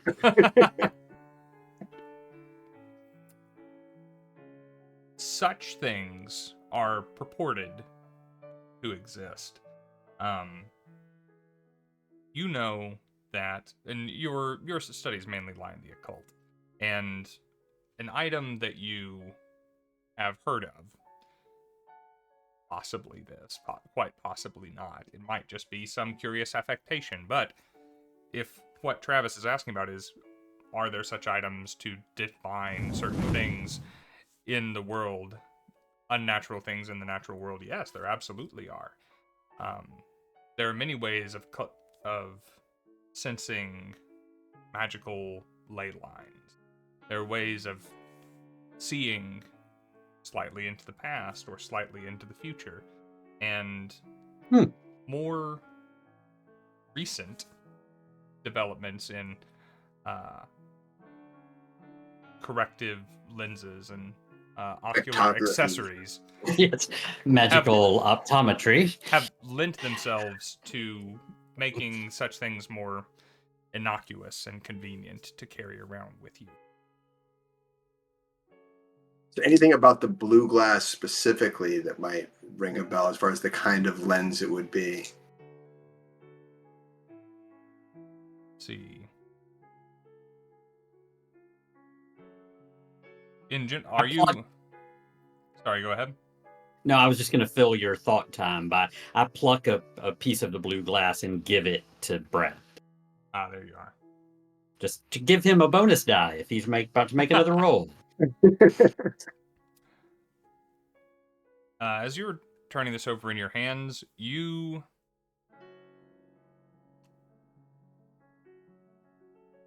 considering to yourself what would and wouldn't be useful in the situation as well. Ley lines and detecting energies and seeing spirits that have attached themselves to people and objects. These are probably not the sorts of things that would be necessary or needed in this particular situation, though someone interested in them may have an interest in other things. The blue glass, you think, may lend itself, if you believe the stories, I mean, if you do, towards seeing things that have been. But to let such an item be shattered, even to acquire the Necronomicon, seems wasteful. So I'm going to look at it. I don't really know for sure, but I've read a few stories that talk about these sorts of, how do I describe it?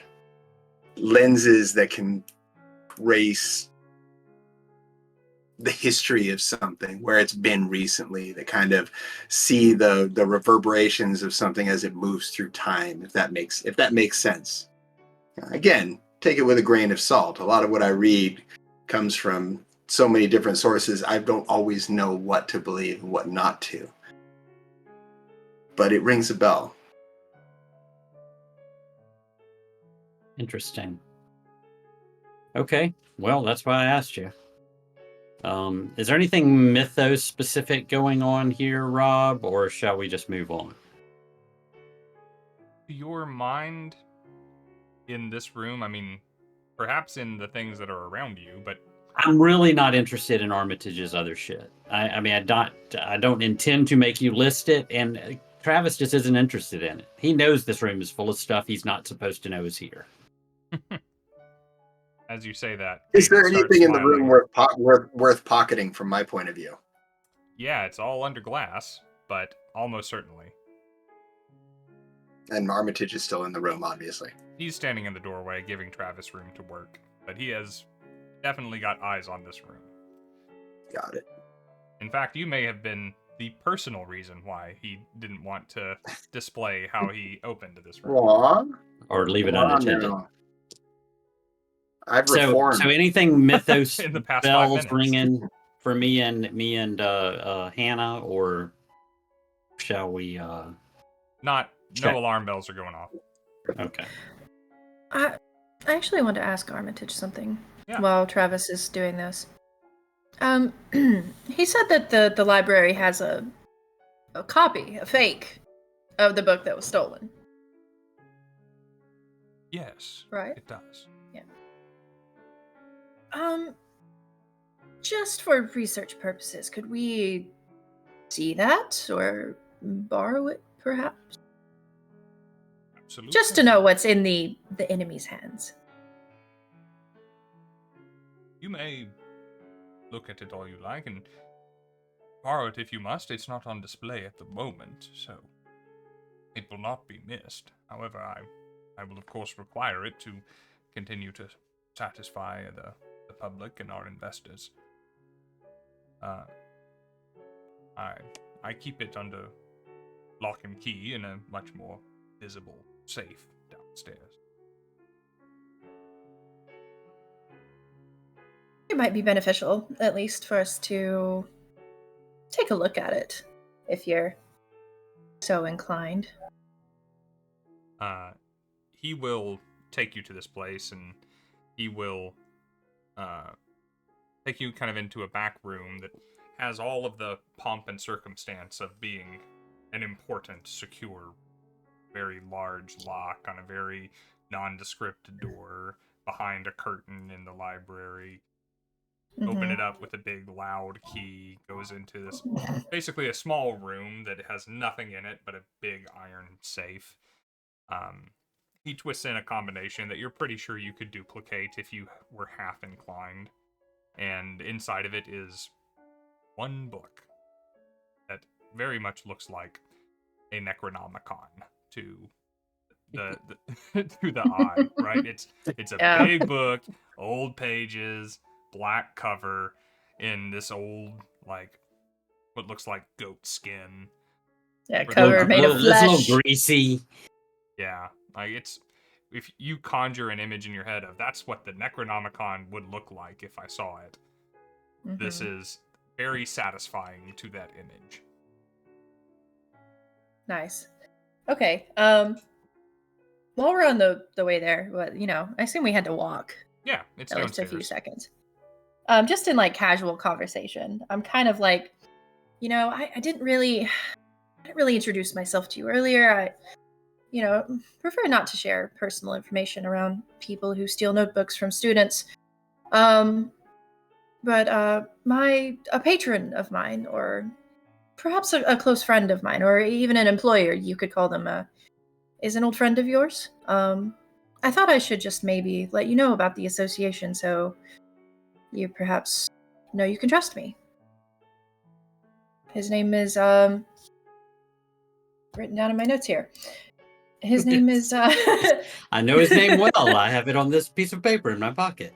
yes. His name is Mr. James Bainbridge. You may hopefully recognize that name. Bainbridge. Do I know the name? Are you following along? Yeah. Okay. Do you know the name? It doesn't ring a bell to me. Okay. It also doesn't ring much of a bell to Rob. So, I'm not at liberty to say whether or not you know this person. But You probably wouldn't. yeah. This is Katie backstory stuff. Got it. Yeah. I'm trying to also explain why I'm here, Yeah. because everybody else has a reason. He says, Bainbridge. Jim Bainbridge? Suppose he has gone by that in the past, yes. We've all gone by different things in the past. Yes, I remember Jim. I see. A close friend of yours, Jim? You could say that. More of a professional relationship than a casual one, but I see. And is Jim well these days?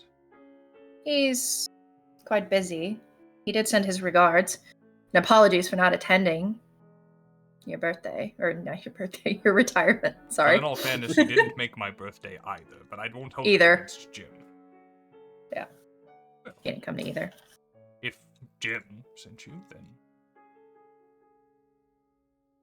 Well, suffice to say that if you should need anything, you've only to let me know. Well, we're doing good on that so far. So I definitely want to read that book. Or look at it, at least. I would just like one tiny retro call before you sucked us out of the secret room. Mm-hmm. And if you say nothing happens, then just keep moving. I find the biggest piece of blue glass that's left scattered amongst the shards. Mm-hmm. And I hold it up to my eye and look around and just see if anything looks any different other than a little blue. I was hoping you'd do that. I was kind of hoping he would do that. Everything looks a little blue. Okay. That said, if Brad is to be believed, maybe you don't know the full story. Yeah, I'm keeping this. And I'm just, every time something's weird, I'm going to look through it from now on. Fair enough. Okay.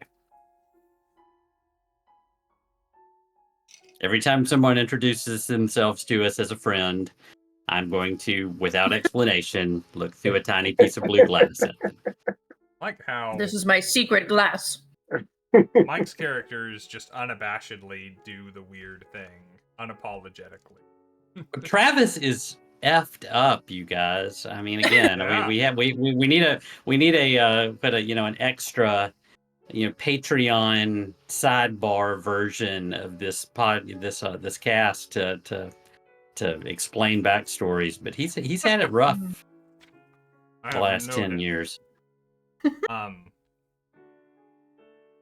As he hands you the little bit greasy goat skin, yellow paged, affectation of a occult book.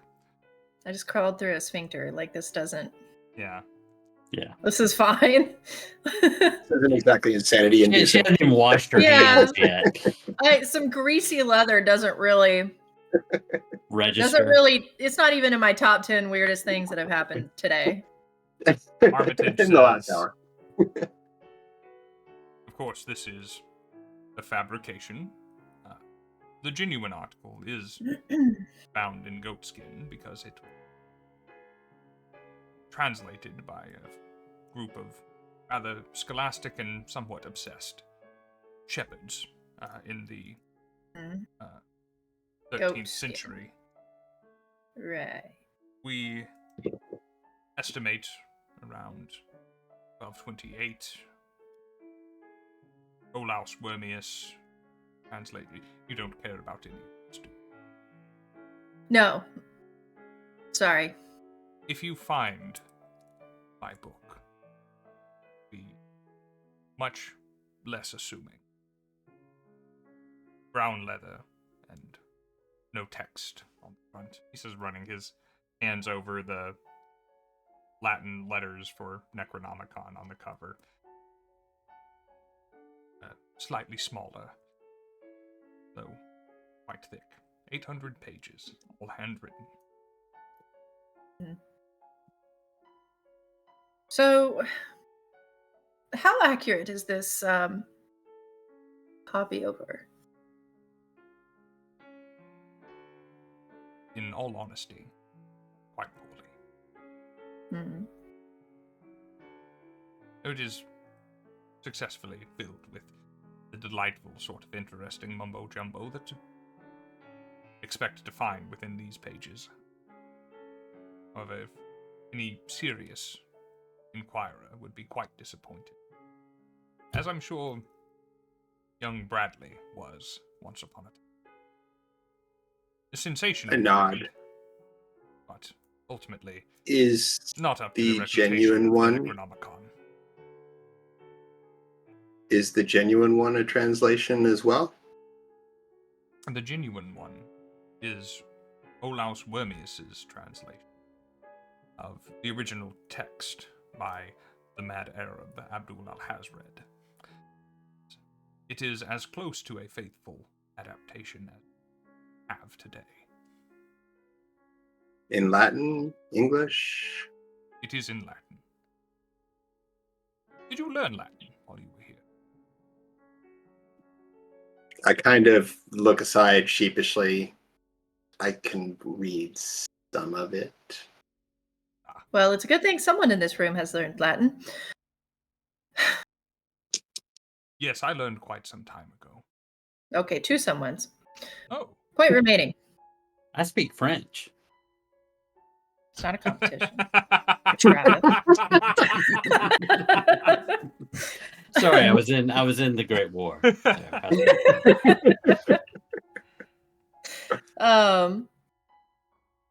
Okay, I'm kind of looking at the showcasey Necronomicon, right? Absently flipping through a couple of pages, maybe just to skim it, see if anything jumps out at me. But I'm also gonna like kind of look at Armitage and kind of be like, you're a scholar, a professor. You've been here a long time. And this library is what this school, this library is what this place is known for. The pride and joy. I would find it strange if there was a single book in your possession, even one that's dangerous, such as that, potentially, or very valuable, that hasn't been faithfully at least transcribed once to a copy somewhere.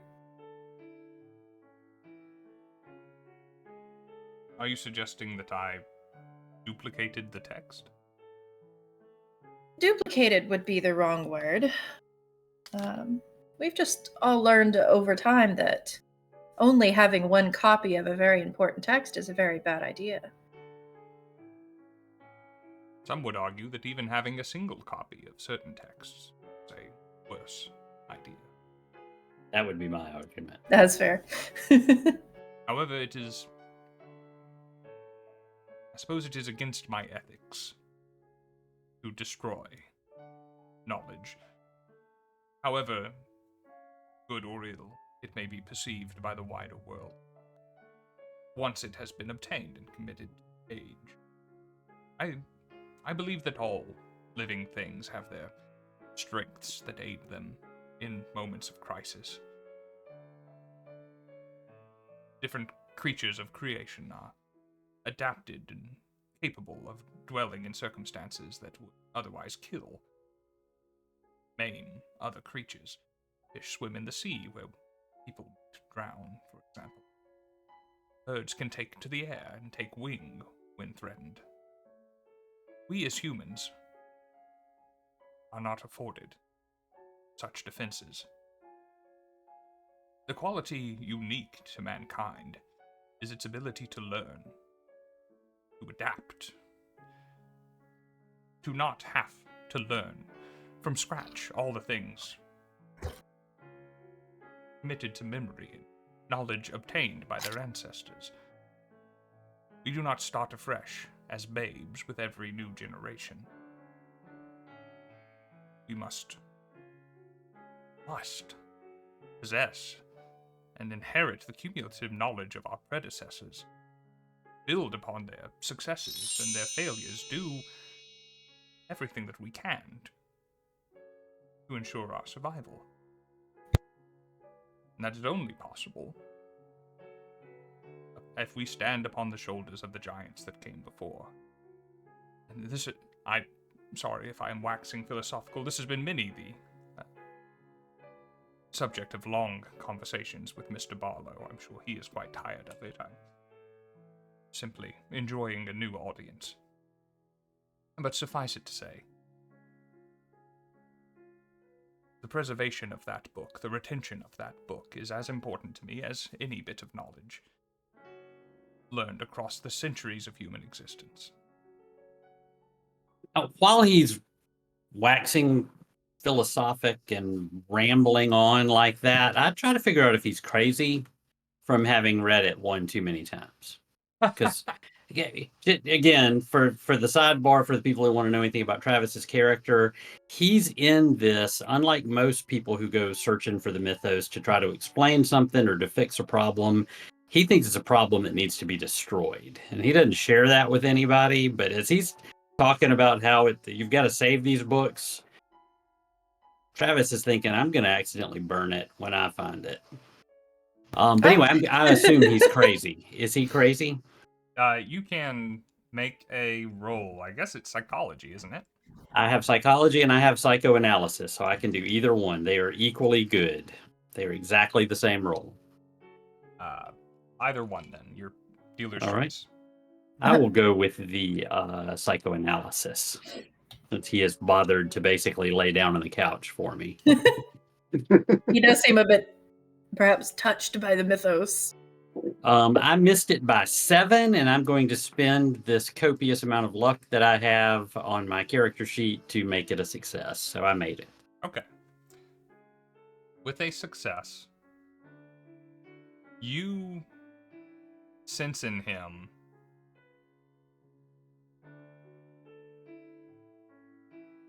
as he's expressing this ethical argument for the preservation of all knowledge, whether anyone would consider it good or bad, and that the advancement of the species is paramount.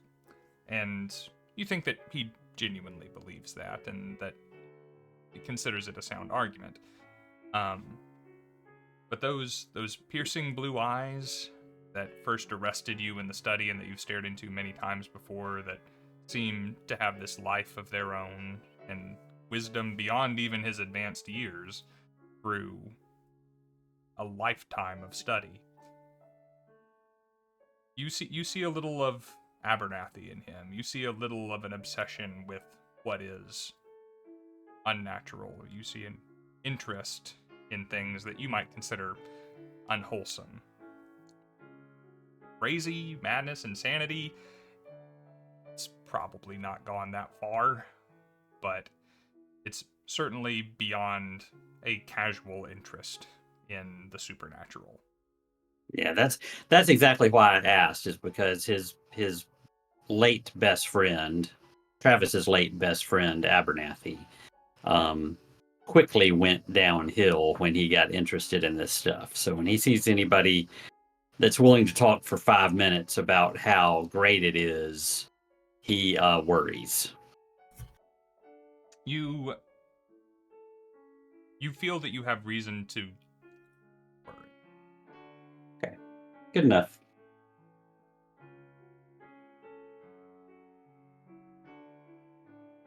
You got people passing out subs again. Oh, what? Hey! Thank you, Rifle Stud, for the raid. Came in a little while ago. I said howdy, but I haven't really been paying attention to the chat, clearly. Yeah, and a few minutes ago, Holdren gave out a sub to Hearthfire Tavern. That's 3 in this Nice. 3 in this conversation for Holdren for this stream. 141 for all time, man. You trying to show the rest of us up here to outpace us all? Well, welcome, Hearthfire Tavern, and thank you to Holdren for giving out that sub. Appreciate you, dude. Big supporter of Cthulhu. Holdren was around before Cthulhu, but I don't think Holdren's missed a Cthulhu since it came to the channel. I don't think so. I don't think I've ever been on this channel when he wasn't. Anyway, that is your assessment. And I got it. Thank you. Armitage hands you the book, Hannah, and says, take care of it. I'll need it back for the next time we put this thing on display.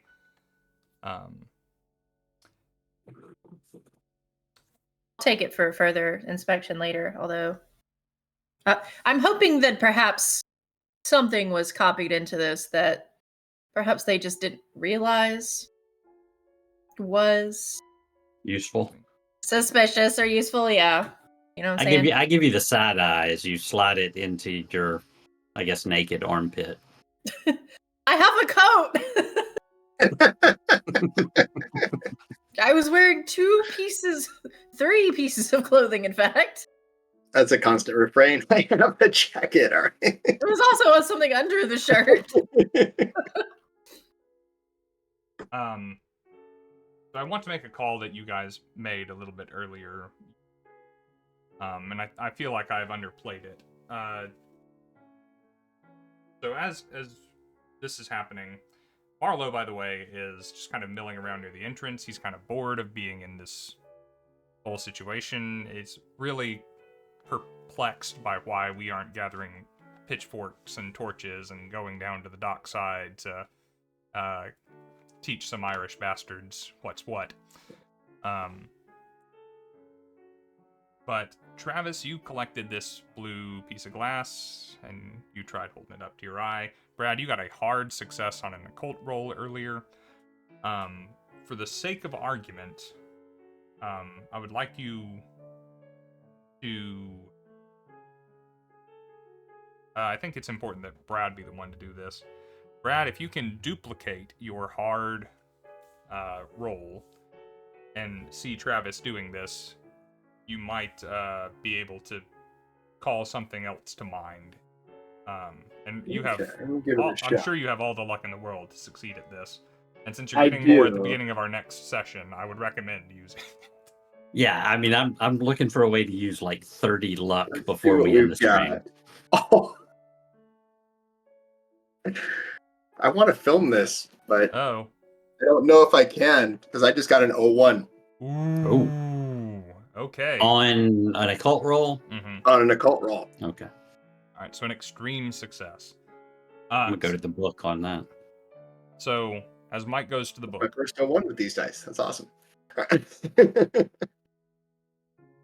You're seeing him do this, and for some reason, it shakes something loose in the memory. Some book that you were reading, some illustration of... There was this almost slightly hieroglyphical depiction of a man holding up this blue, like, hand mirror, and then some scene unfolding before him, and paragraph on paragraph, couched in linguistic gymnastics about how you could see this or see that and see beyond the veil and pierce time with your sight. And the word Yara comes to mind. You're not sure why it comes to mind, but seeing Abernathy doing that... I'm not Abernathy. Sorry, what did I say? Sorry. You said Abernathy. Seeing Cole do this, just that word springs to mind, and you feel like he's missing it. Say the word again. Yara. Yara. So I'm going to think intently for a second, then I'm just going to go ahead and say that word, Yara. And look up at Cole. Does that ring a bell? Does it tickle any Cthulhu mythos veins for me and El Hannah? It is not especially mythical. Okay. Do we reckon, like, what language is this word from? Is that recognizable? Probably French. You can make a language roll if you want. Okay. What languages do you have? I have Latin. Okay. That's my and chosen English. language. And English, of course. It is... I chose Latin for the purpose of it being the root language of dozens of other languages. Yes. I assume knowing Latin will at least give me a basic, rudimentary understanding of many different speeches and words. There's also the option of idea rolls and knowledge rolls that we rarely use. I'll just throw out there. That is true. This game is so fat with mechanics. It is loaded with mechanics. It does not have any Latin roots. You are correct. That will become very useful in situations that are not this one. and will become very useful if you get your hands on the Necronomicon and Travis doesn't burn it. That's gonna burn it. I'm bigger I than will you guys. try to stop him from doing that. I'm faster. I will take your cane. That is absolutely true. Yeah, you can make an idea roll, but otherwise you're not certain. Idea. Is that actually a... Yeah, go up to your stats and you'll see idea underneath one of them underneath your intelligence. It's just an intelligence roll. But there's usually some sort of I see that. if you ask for it, then there's supposed to be some sort of consequence for failing it. If he asks you to do it, then it's fine. That just means that the keeper is getting frustrated with the fact that you aren't figuring stuff out, and he wants you to figure it out. Which could possibly happen more often if just to accelerate things, but I just like watching y'all play. Okay. Can I do the idea roll? You may. Here then? Okay. As I try and fabricate a consequence for you failing, just in case. Takes 3d10 That's damage. a vote of confidence. You're thinking the wrong thing. Okay. Well, luckily for me, I rolled a 22. Okay. Which is a hard success based on my intelligence stat. So there is kind of a lack of non-Latin based languages out there in the world. And so it almost needs to predate Latin for it to not have some kind of an influence, because the Latin language dominated the world once upon a time. You think it is probably Arabic?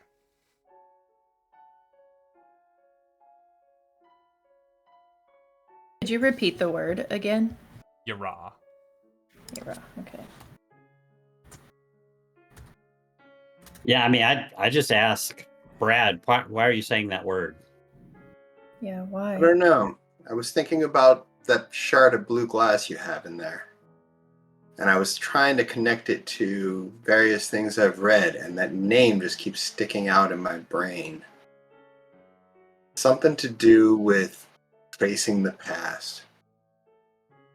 Well, I mean, I hold it up to my eyeball and I say Yara as best as I can while I'm looking at him. Now, where are you right now? Did you follow And I him just down to kind the of safe? smirk. I'm standing outside this unnecessarily elaborate, secure room that has one fucking thing in it. I didn't see any reason to go in with all the pageantry of the safe when all the really good stuff is in his office. Seems a little indulgent to Travis. So you are standing there, kind of, and you're basically down in the study hall area of the library, kind of the central. Yeah. Wherever the safe is, the big safe room is. Behind all of that. And you say that, and you look around, and as you're looking, you see the door open. The library. And you see a young man walk in. And he's dressed in a pressed white shirt and a black vest and an apron. And he's wearing these glasses that seem to fit him poorly, and he keeps adjusting them. And he's looking around the place, almost as though he can't see. And stumbles towards the stairwell that you took to go up to Armitage's office. And he's doing all of this with no appreciation for the fact that the five of you were standing there in front of a safe. The odd thing is, you're seeing him only through the blue-tinted glass as he does this. Gotcha, because it's just a sliver, and I can peer around it and see that he's presumably not there. Correct. The door is closed, and there is no oddly dressed young man stumbling his way towards the stairs. Before I say anything, I offer you the opportunity to make me make a sanity roll, because I just realized I saw the past, but that's entirely up to you. I'm not inviting sanity loss, but I just don't want to get out of jail for free either. I think that is fair, but we'll make a bargain for it here. If you succeed, you don't take any sanity loss. You'll only take one if you fail. And if you, we'll say if you succeed, because you all had this good idea to get here and to save the thing and made good occult rolls. Presumably, you're about to share this information with people. Everybody's occult can go up, or not occult. Everybody's mythos can go up by 1. Ooh, awesome. Well, we really want me to make this roll then, folks. I have a 56 sanity currently. It has been taking hits all day. I rolled a 14. Ooh. Almost an extreme success, but it missed extreme success by 2. Excellent. So everybody can, as Travis says, whatever Travis says, then everyone's mythos can go up. Single point, but as we adventure, this will raise until I drive you all insane. Now, so as soon as he says that, though, when I'm your gonna mythos goes up, your sanity goes down. Your sanity does not go down. Your sanity maximum goes down. There we are. So you guys will notice in the sort of the middle of your first sheet, there's a number there that says max sanity. And as you add Cthulhu Mythos skill, you will see that it goes down. You can never be more sane than 99 minus your Cthulhu Mythos. So the more you understand the mythos, the more limited pool of sanity you have. That is fascinating. It is the best mechanic in this game, in my opinion, because to solve the mystery of what's going on, you must go insane. Yeah, I was recently reading this off the beaten track. I was reading a book on game design, and they use this as an example of incorporating some kind of new mechanic into any game design that you're putting together, just to give it its own flavor. 100% agree. If I was creating a system of any kind, I would somehow leverage that mechanic. It's brilliant. I like that. But anyway, as for what I say to the group, I say, guys, the magic word is working. I can see the dude with the glasses heading to steal the book. Well, follow him. I go, let me see. And I can barely resist the urge to snatch the piece of glass out of his hand. There was more than one piece of glass. No, actually, Leave I Travis actually alone. told that I gave you a piece. Yeah, I never actually said I grabbed one. I handed it over. But Now, I mean, for what it's my worth, primary goal is to get a description of this guy that isn't clouded by racism. So, it's fair. Yeah. For what it is worth, Mike, whatever your magic points are right now, go ahead and tick them down by 1. Okay, yeah, as I suspect, I have the lowest stats in a lot of places amongst the group. I'm certain I have the least magic in the group. But I'm now down. All right. I have enough to spend 1. Those will return as they do return. Yeah, they do after a break. They go back up to max. Mm-hmm. The description of the young man. I cast a spell. You do not remember how anyone was dressed at the party that you don't remember yourself being at. But the apron, the dark pants, the waistcoat, seems as though this is dressed as some sort of a server or maybe be at a upscale event. I say, goddamn Irish O'Malley's. He seems to be a youth, maybe college age, maybe slightly older. Red hair cut almost to the scalp, and an unfortunate case of acne, frankly. Lanky, about 5.5 feet tall, reedy young man with a kind of a confused and uncomfortable look about him, as though this is not the sort of thing that he was comfortable doing. Okay. I share that with everybody. Redhead, zits, young, not a professional thief. Clearly. Dressed as a server, tiptoed up here, Looked like he was scared Still of going getting to be caught. itching to take the piece of glass myself because I haven't had as much experience as they have with this stuff, and the idea of seeing it just is completely tantalizing to me. Well, Abernathy there was has more. handed you a piece of the Not glass Abernathy. So Old I habits, looked man. through. Cole handed I you a looked piece. through, Yeah, you can put on your card that you have one because I handed you one. and do I see the same thing? You say the thing, tick a magic point away from your character sheet. And as you look through it, you see, where are you looking? I try to look in the same general direction that Cole is looking at. Okay. You do it, and I'm going to... I gave you probably the pertinent thing first. As you look through, you see Barlow and Armitage walking into the library. And Armitage is holding Travis's cane. And they are sprinting towards the stairwell. Even forgetting to close the door behind them, they are racing into the building. You're kind of surprised that Armitage has got those kind of moves on him for as old as you think he is. And is Armitage still in the room with us? You look away, and Barlow's over there, and Armitage is practically over your shoulder, trying to figure out what you guys are doing. I'm not saying you should give us more mythos, but that's probably another sanity roll since he has invited this bit of bizarre. Yeah, especially since he is so mythos light. My part. Yep, go ahead and make a sanity again.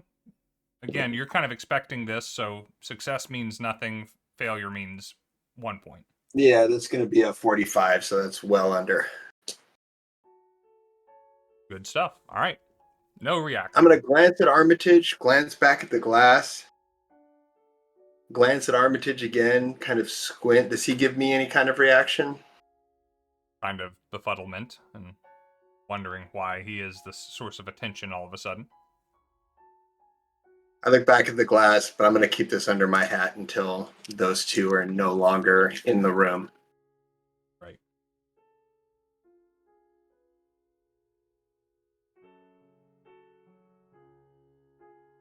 Well, Lev, are you all right? Did you... I must confess, I'm not quite sure what we're doing anymore. I think we were getting the fake Necronomicon book. I'm the one that said we were not going to say that word anymore. And I'd like to... I don't feel the need to go see the scene of the party anymore, guys. Based on these most recent... I could have wiggled the blue glass between my finger. These most recent events. Maybe we should, as mentioned before, get the lady some clothing, wash up, and head down to the docks. Well, not to complicate our current objectives, but while it's clearly related that this book and ourselves were absconded with during the same party, I would also assume it happened probably around the same time. It may still be worth visiting the scene of the party at some point with your magic movies of the past glass, to see perhaps if we can find out what we were all doing before we were taken, and who, if anyone, absconded with us. Travis sighs and says, I thought you might want to do that. And you get the As they're impression having this that he discussion, doesn't want to know what happened to him. as they're having this discussion, I take a quick glance around the room. Is there a clock in this room? In the library, surely there is, yes. I look through my little piece of blue glass at the clock. You say the magic word again? Yes, I do. Okay. There is... I'm actually looking at my spell template, and every time you cast a spell, you're supposed to take sanity. You take sanity damage, and it should probably cost him more magic power each time he uses it before. Okay, I so will this is think- going to cost me another magic point. I will think more about how I want the magic glass to work as we continue. For now, I will say, It should eventually start hurting him physically, like, to keep doing it. yeah, I'm looking at the sanity loss in the book to inspire me. I haven't found a spell that makes you lose less than a d6 so far. I would imagine it would also injure you because the item itself is broken. Yeah. It's not in whatever form it was created to function for someone in an effective way, it has been destroyed. So here's what we'll I guess do. would the sanity loss be of every instant, or would it be the fact that we're using it in this room? I know the answer to that question. Got it. So what we'll say for now that we've had this blast of inspiration and I've given you the ability to see the past, is that it will cost a magic point each time that you want to use it. You do not have perfect control over it, and you will take a D2 of sanity damage each time you use it. So high side Okay. of a die, 2 damage, low side of a die. And I will make a roll to find out if you are seeing what you were hoping to see or just something. But you will always see Okay, something. so I've got 2 sanity losses coming, right? We'll just do it for this one since you're trying it for the second time. So Okay. spend a magic point and roll any die and go high or low. And I lost 2 sanity.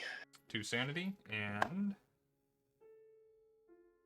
you look through the magic glass at the clock, and you see it ticking. You see it's basically 10 o'clock, and then you put the glass in front of it, and it's 2 p.m. I guess these kind of clocks wouldn't have AMs or PMs. It's 2. Yeah, I was about to say, it's digital, apparently. Sorry. Or Could military. be military time, I yeah. wasn't No, it around actually- in the It has 1930s. 24 marks on it. I frown, I pocket the glass, and as nonchalantly as I can, I turn to Travis and Hannah and give them a meaningful look. Can I I still don't enjoy want for to a say second? anything. Brian, could you give the camera a meaningful look real quick, just for Please all do. of our enjoyment? So we can understand it. Does that work? Excellent. I'm gonna take a small step away. And I step in front of Gonna- her, put my hand in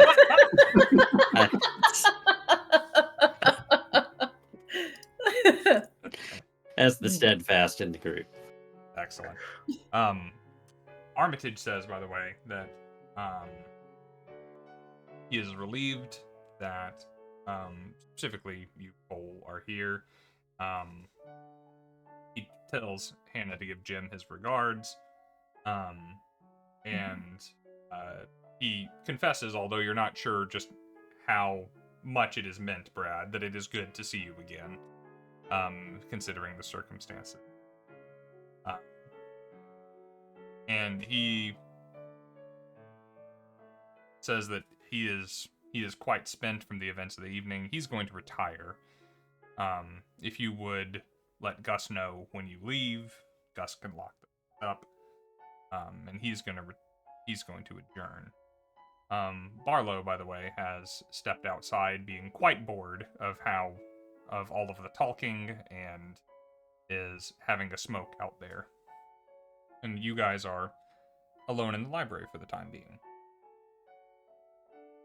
At this point, I glance one more time to make sure they're gone. Those 2 were chasing someone through this room.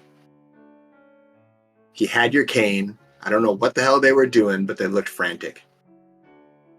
Did you see who they were chasing? No. Is it possible they were just freaked out because the book had been stolen? They were headed towards where yeah, I guess it's possible, but they were frantic. But how did they know how did they already know it had been stolen? If they hadn't been upstairs yet to see that it was gone. That's kind of what I'm thinking. Mhm. I keep forgetting the professor's name. Armitage. Henry Armitage. Armitage is hiding something. He's not the tottering old man he likes to pretend he is. Oh, he's definitely hiding something. Many somethings, I'm sure. Well, I can go have a cigarette if you want to go beat the truth out of him. I smile slightly at that. I don't know how productive that would be. Oh, you met As him. fun as it might be. I see. I say I was talking to Hannah. Oh.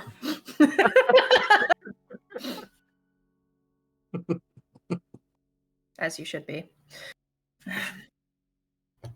I don't think assaulting him at this hour will get us anything. We'll have to be a bit more sly than that. So, well, look, my style is to go ask him what the hell he's hiding. So if you don't want me to do that, I won't. But that's what I'm good at. He's playing chess with us, and he's already made several moves that we are not aware of. Probably best we try to catch up before we break the board over his head. Okay. Nobody likes a good plan more than me. How do you two feel about a trip down to the docks? Well, I think Hannah still wants to swing through the site of our abduction to find out exactly how we were inserted behind the sphincter. I really don't want to know. Well, it could give us clues. Surely you said that the person sneaking in here at the glasses is young and definitely not some sort of master thief. I don't think he's a master thief. I don't think he's a master occultist. I don't think he's a very good server from what I saw. Maybe So a what he master is, Vader, and that's about it. definitely. So what he is attached to a string, and someone is behind him pulling that string, and I would almost guarantee the strings tied together at that party. Or at least another one is based there. Sorry for all the metaphors, but yeah, I was just about to say.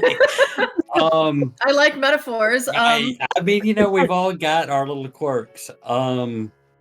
As I light another cigarette and finally take the flask back from you and have a drink, I say, it's like half empty by this point.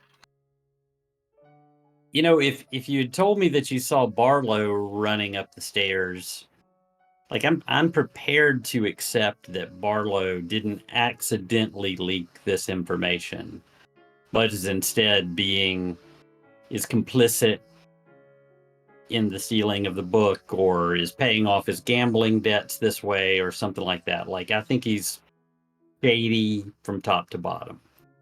But Henry Armitage being part of a plot to take a book that at best he's probably obsessed with doesn't add up to me. So there's definitely something we don't know here, guys. Well, he also trusted us quite fast. Led us into a room of objects seemingly worth a priceless amount of money. When, at least from his perspective, several of us he just met, and at least one of us he didn't trust, who was caught red-handed stealing just before entering his office. I'm exceptionally trustworthy. It probably covered all of you. Right.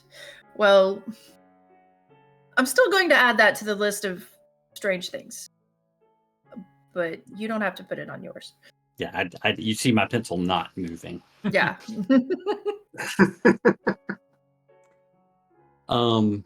Okay. Well, unless you guys want to have 5 minutes with me guarding the door with Armitage, I say we go somewhere else. Think he's going anywhere? Y'all are having. I just shrug. Hold that thought. We can keep that in reserve. Yeah. Barlow. I can't report on it if I don't witness it.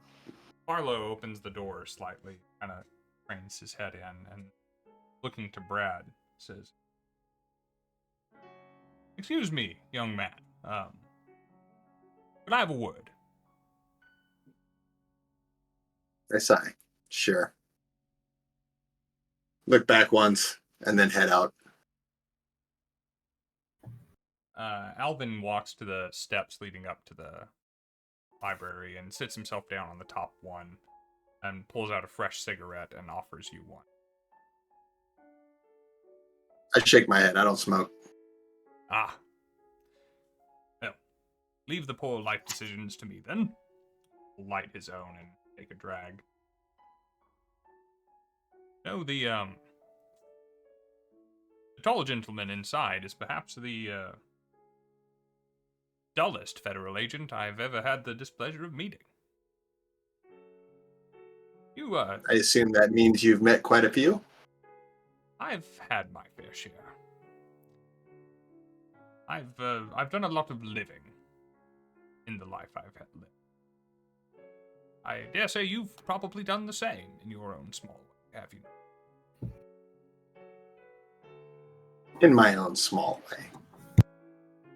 You strike me, sir, as a man of action. Am I wrong? I suppose you could say that. Armitage doesn't seem to think too highly of you, and I think that he is wrong to do so. Men like yourself, men like myself, we have our place in this world. It is at the forefront. It is taking decisive action when decisive action needs to be taken. Now, I tend to go with my gut on such things. I have a hunch that those O'Malley bastards are the ones behind them. What say you and I go do a little questioning on all? Wouldn't take us half an hour to take it down to the Riverside docks. Just ask a few questions, if you know what I mean.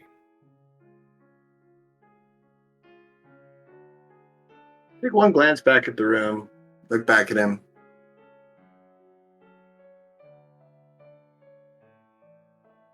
All right, but I'm going to have to ask you a small favor. What is it, my man? I don't have a gun.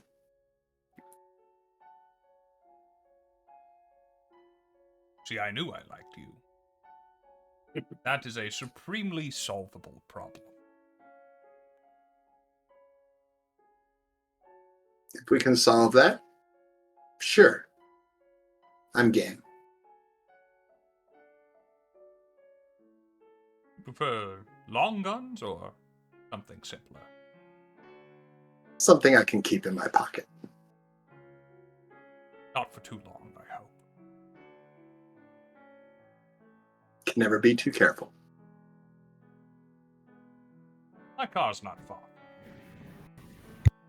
He drops the cigarette and puts it out on the steps with his shoe.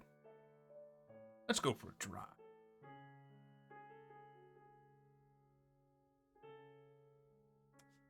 Let me give one quick farewell to my friends. If that's what they are. Certainly. We've been through a bit together. We've been in a tight situation together. We really just barely squeezed through. I mean, we just shared the same sphincter a little while ago. We bathed in the Cthulhu juice together. And if that doesn't bond you, It does. It's yeah. Tragedy bonds you. Barlow will kind of I poke my indicate head in the. Go ahead. indicate Sorry. a parking lot around behind the science building. Say that he parked over there to kind of avoid tipping a valet earlier, and that you can meet him over there. You'll know his car when you see it, he said. He starts walking off. I poke my head back in the door.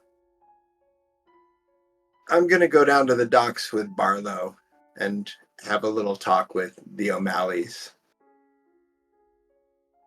I'll see you in a bit. And again, I give another kind of nod without giving any more information than I need to, and then spin about and follow Barlow out to the parking lot. As he's leaving, I describe to him as best I can the location of the little cabin I keep just outside of Arkham. If you can't find us anywhere else, we'll be there. Do I know where he's talking about? Is there any connection having been in Arkham for a while? You don't know the building, but then he tells you the name of the general area, street, and you're like, oh, I know the street. Oh, so it's the third one on the left? Fine, I can get there whenever I want. Perfect. So I nod and head out. Well, with this division of the party, I think this is where we are going to call it for the night. It's pushing up to 10 o'clock, and Brian is going to be, as we said at the top of the stream, is going to be at MegaCon next week, and travel plans will prevent him from joining us in the next session. So he's going to go get up to trouble on his own with Barlow, while Travis and Hannah find something else exciting to do. Sounds good. Cabin in the woods. Let's go. Hooray! Thank you guys for playing with me tonight. I know this one was especially a lot of talking and not nearly enough body horror. We'll try and fix that in the next one. Thank you to everybody who hung out with us tonight. Thank you to T.L. Holdren for 3 gifted subs throughout the course of the evening. Thank you for everyone who gave the players luck and me luck. To Pinna RPG Master, to Forest Sight, who gave us a follow throughout the course of the stream, to Rifle Stud, who raided us. Lots happened in this stream. Appreciate you guys. If you guys want more tabletop fun, come back on Wednesday. There will be more D&D. Rifle Stud will be running a Spelljammer campaign. Brad, are you still on for Thursday, or will you be mega-conning? Unfortunately, on Thursday I won't be able to play. I won't because I'll be in Florida. I might run a short stream regardless, and I was thinking about reviewing some old school games as far as supplements that can be mined for information and used with more current games like 5e. So I'll if I'm capable of it, depending on where my hotel is and the internet connection and all that, I'm going to jump on for an hour and talk about some supplements you might not be completely aware of. But I'll make an announcement on the Discord if I'm going to be able to pull that off. Excellent. Well, we'll be happy to have you if you manage to, and if not, we understand. We, at least Katie and Mike and I, will be back next Monday to do some more Cthulhuing stuff. We have access to magic in session 2. This is very different from the last time we played. Ooh, nice. Oh yeah. Let's find somebody to raid before we go. Send you guys off to something fun. It's been a while since we have gone to Dice Cream Sandwich. I think we'll go over there. What a great name. Set that stream up. Any announcements from anyone else while I get the raid ready?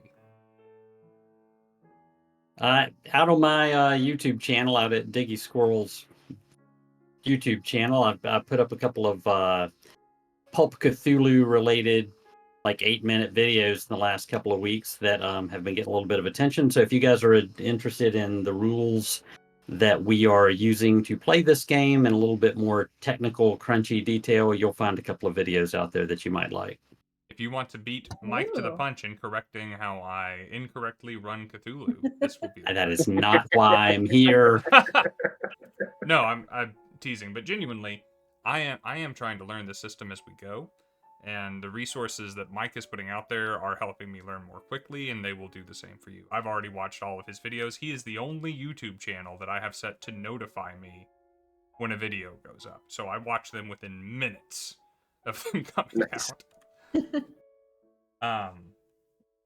And also, just if you want to understand the mechanics that we're playing with, or that we should be playing with, or if you're thinking about running Cthulhu yourself, Mike's channel is going to be a great resource. Katie, anything? When are you streaming again? I'll be live on Friday night as per usual. We will probably go through some Lethal Company. If I don't go back to that Escape Simulator, because I was really enjoying that. Although I wanted to throw my laptop across You're good the at room. that. I could not keep up with you when I was watching it. I was like, how did she figure that out? I'm like, I'm still trying to, like, yeah. Me featuring our very own Leo Yeager in chat there. We had quite a time. I was tempted to join you guys in Pal World, in Lethal Company one of these days. Have had Pal World on the brain.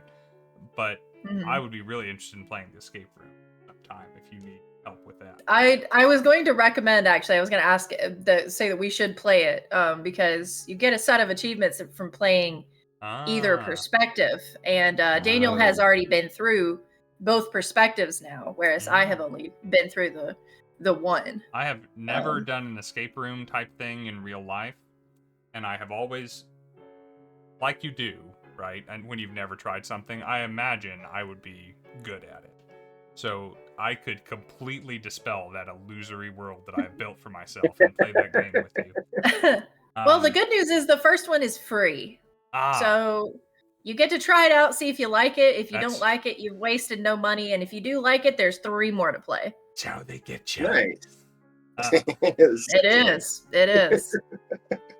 All right. Yeah. I think that does it for announcements, guys. Come see Brian at MegaCon if you happen to be down that way. Go say hi to Ice Cream Sandwich. Choose any word other than sphincter to go in there with. Let's not have that be the raid phrase for the evening. Pick something else. You guys are creative. Do something. In case you guys don't hear it anywhere else this week, and I sincerely hope that you do, please always remember that we love you guys, and we can't wait to have you back here soon. See you next time!